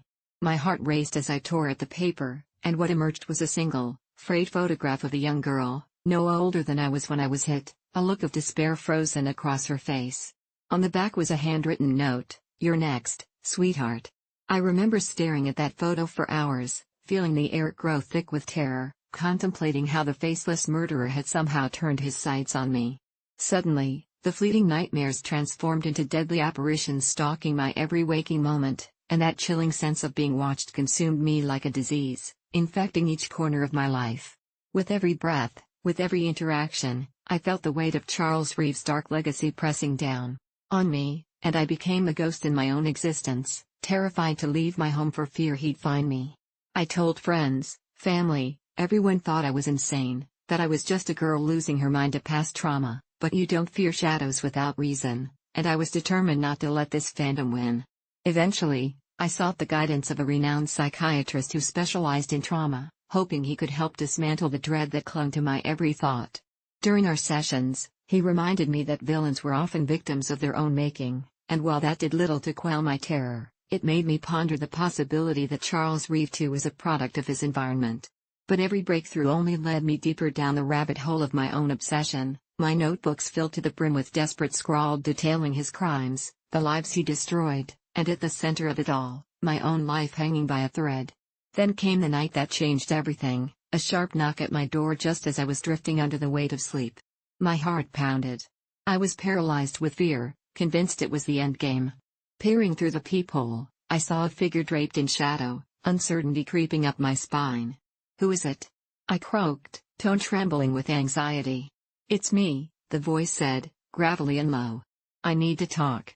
It was a man, his features indistinct, but somehow I knew who he was without him saying a single word.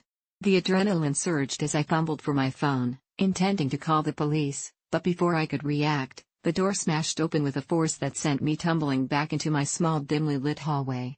I was on my feet as fast as I could, fleeing toward the kitchen where the butcher knife gleamed like a beacon of hope.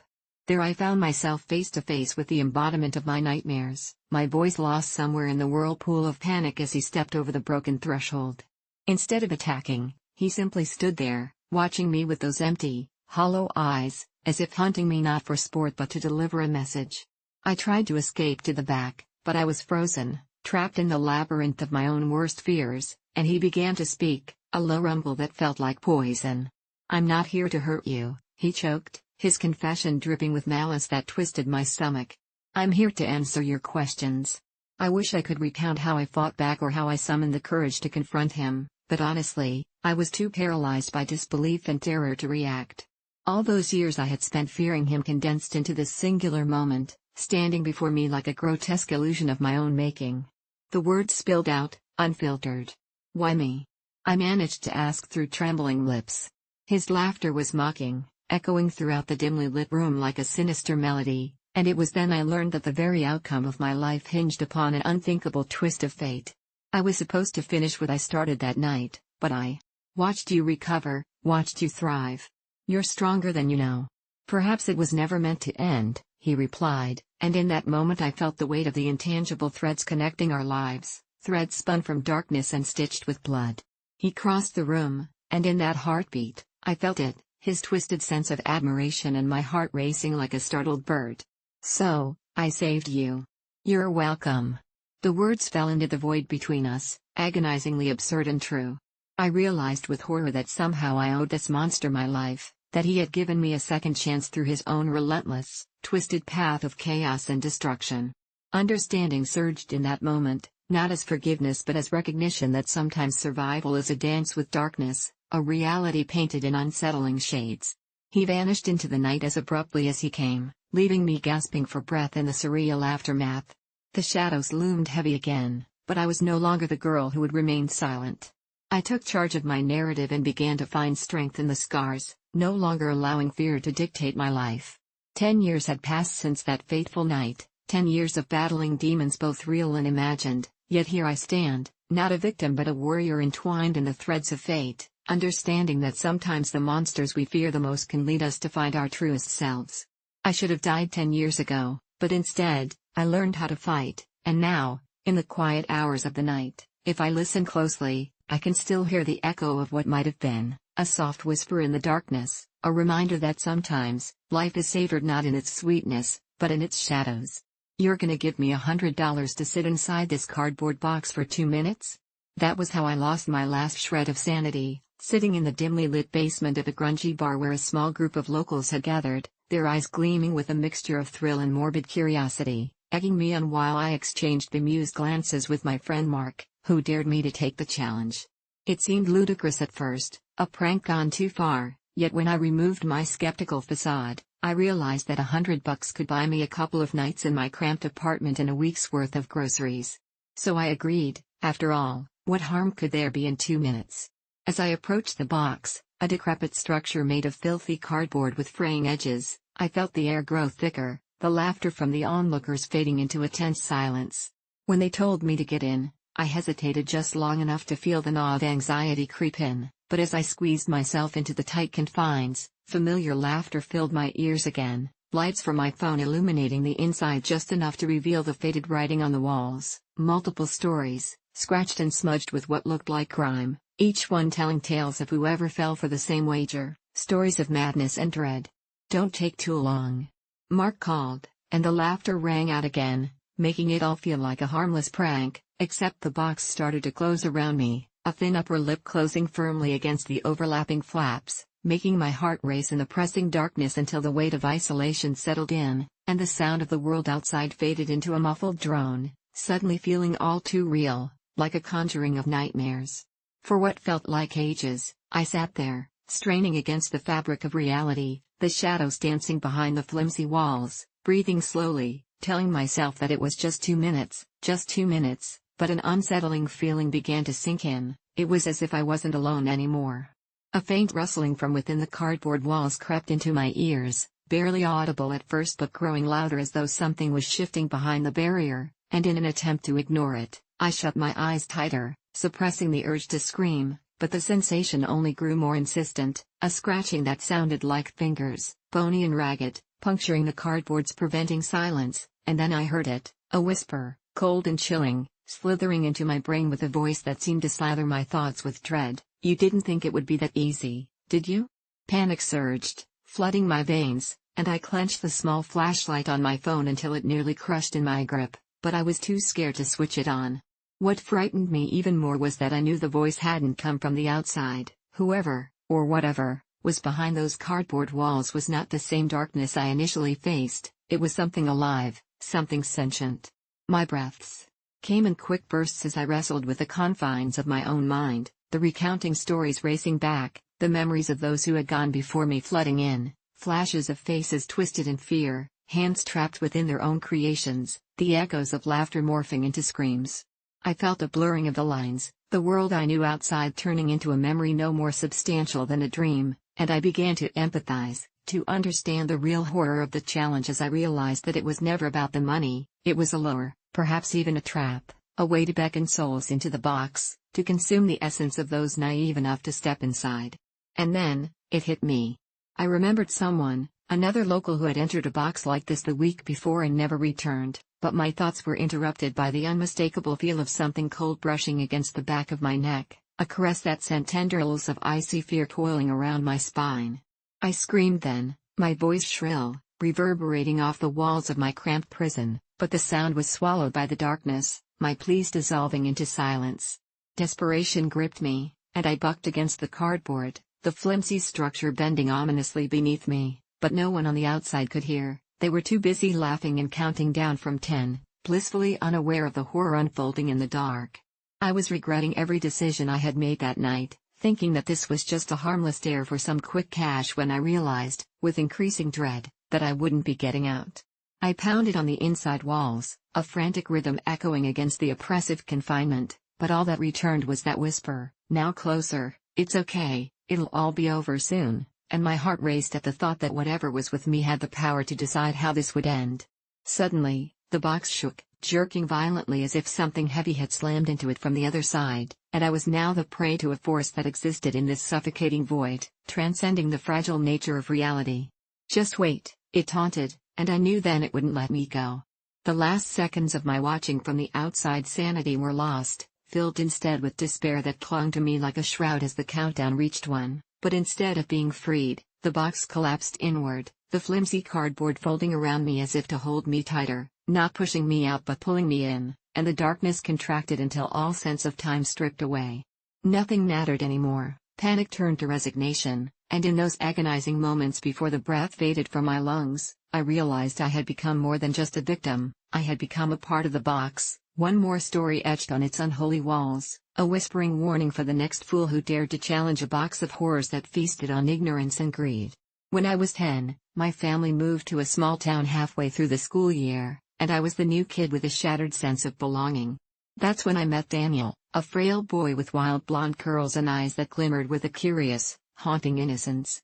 He was the first person to notice me when I walked into class, but it wasn't his warmth or kindness that drew me to him, it was the stark, desperate way he sat alone in a corner, as if challenges had clawed at him, tearing chunks out of his spirit and health, leaving only whispers of what should have been. I learned quickly that Daniel had a rare form of leukemia, and as the days turned into months, I watched his condition decline, each passing week bringing him one step closer to an unkind fate. The kids in school shoved whispers behind his back, their laughter as sharp like broken glass, but I stood by him, feeling a strange mixture of pity and anger because it was like Daniel was directly linked to my own loneliness.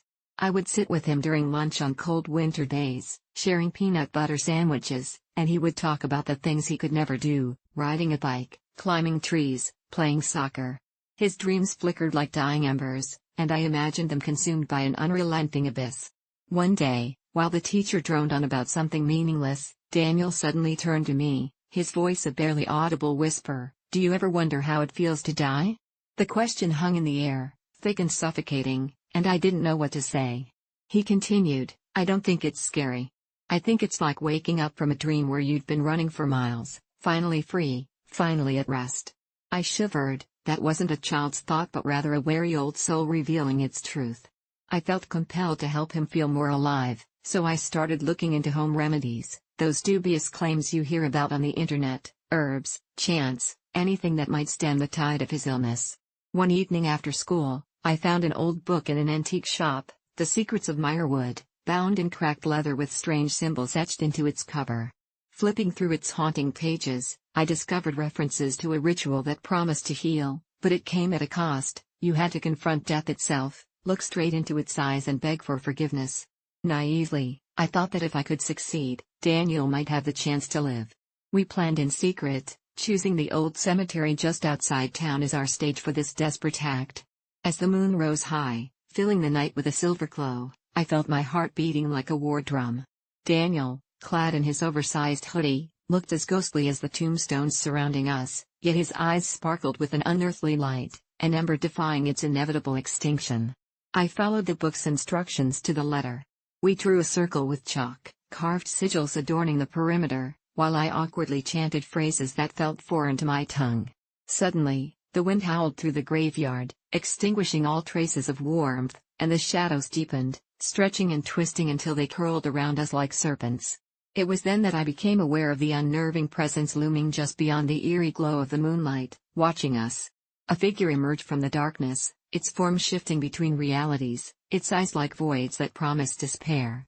In a voice like gravel skidding on ice, it asked, "What do you seek?" I faltered, fear paralyzing my mind, but Daniel stepped forward, surprisingly fearless, his face alight with desperate hope. "I want to live," he declared, his voice fragile yet poignant, "and I'll trade anything for it." The figure's grin was too wide, stretching far beyond anything human, and it offered him a pact, a promise of life in exchange for a sliver of his soul.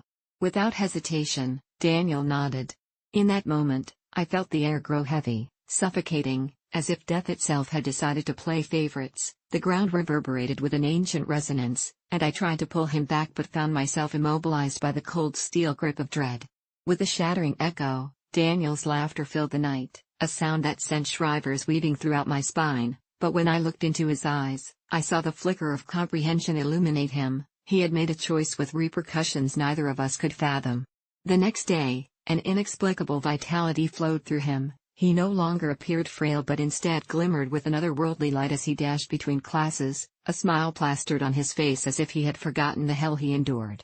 It was intoxicating to see him so vibrant, and I felt my heart swell at the thought that maybe, just maybe, I had helped save him. But soon, the remnants of our night in the graveyard began to haunt me. Strange nightmares plagued my sleep, flickering images of shadowy figures and echoing laughter curdled my blood. And at school, whispers began again, but this time they spoke of something different. I noticed how Daniel's laughter didn't sound entirely like him, but rather like a mocking echo that rumbled through the hallways. Then, without warning, he started to change.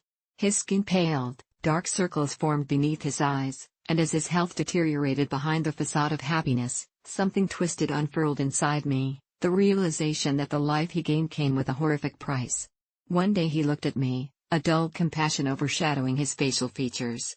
"Don't worry about me," he said, his voice now long and drawn out as if the earlier joy clung to the remnants of a broken melody. That night, I tried to confront what we had summoned.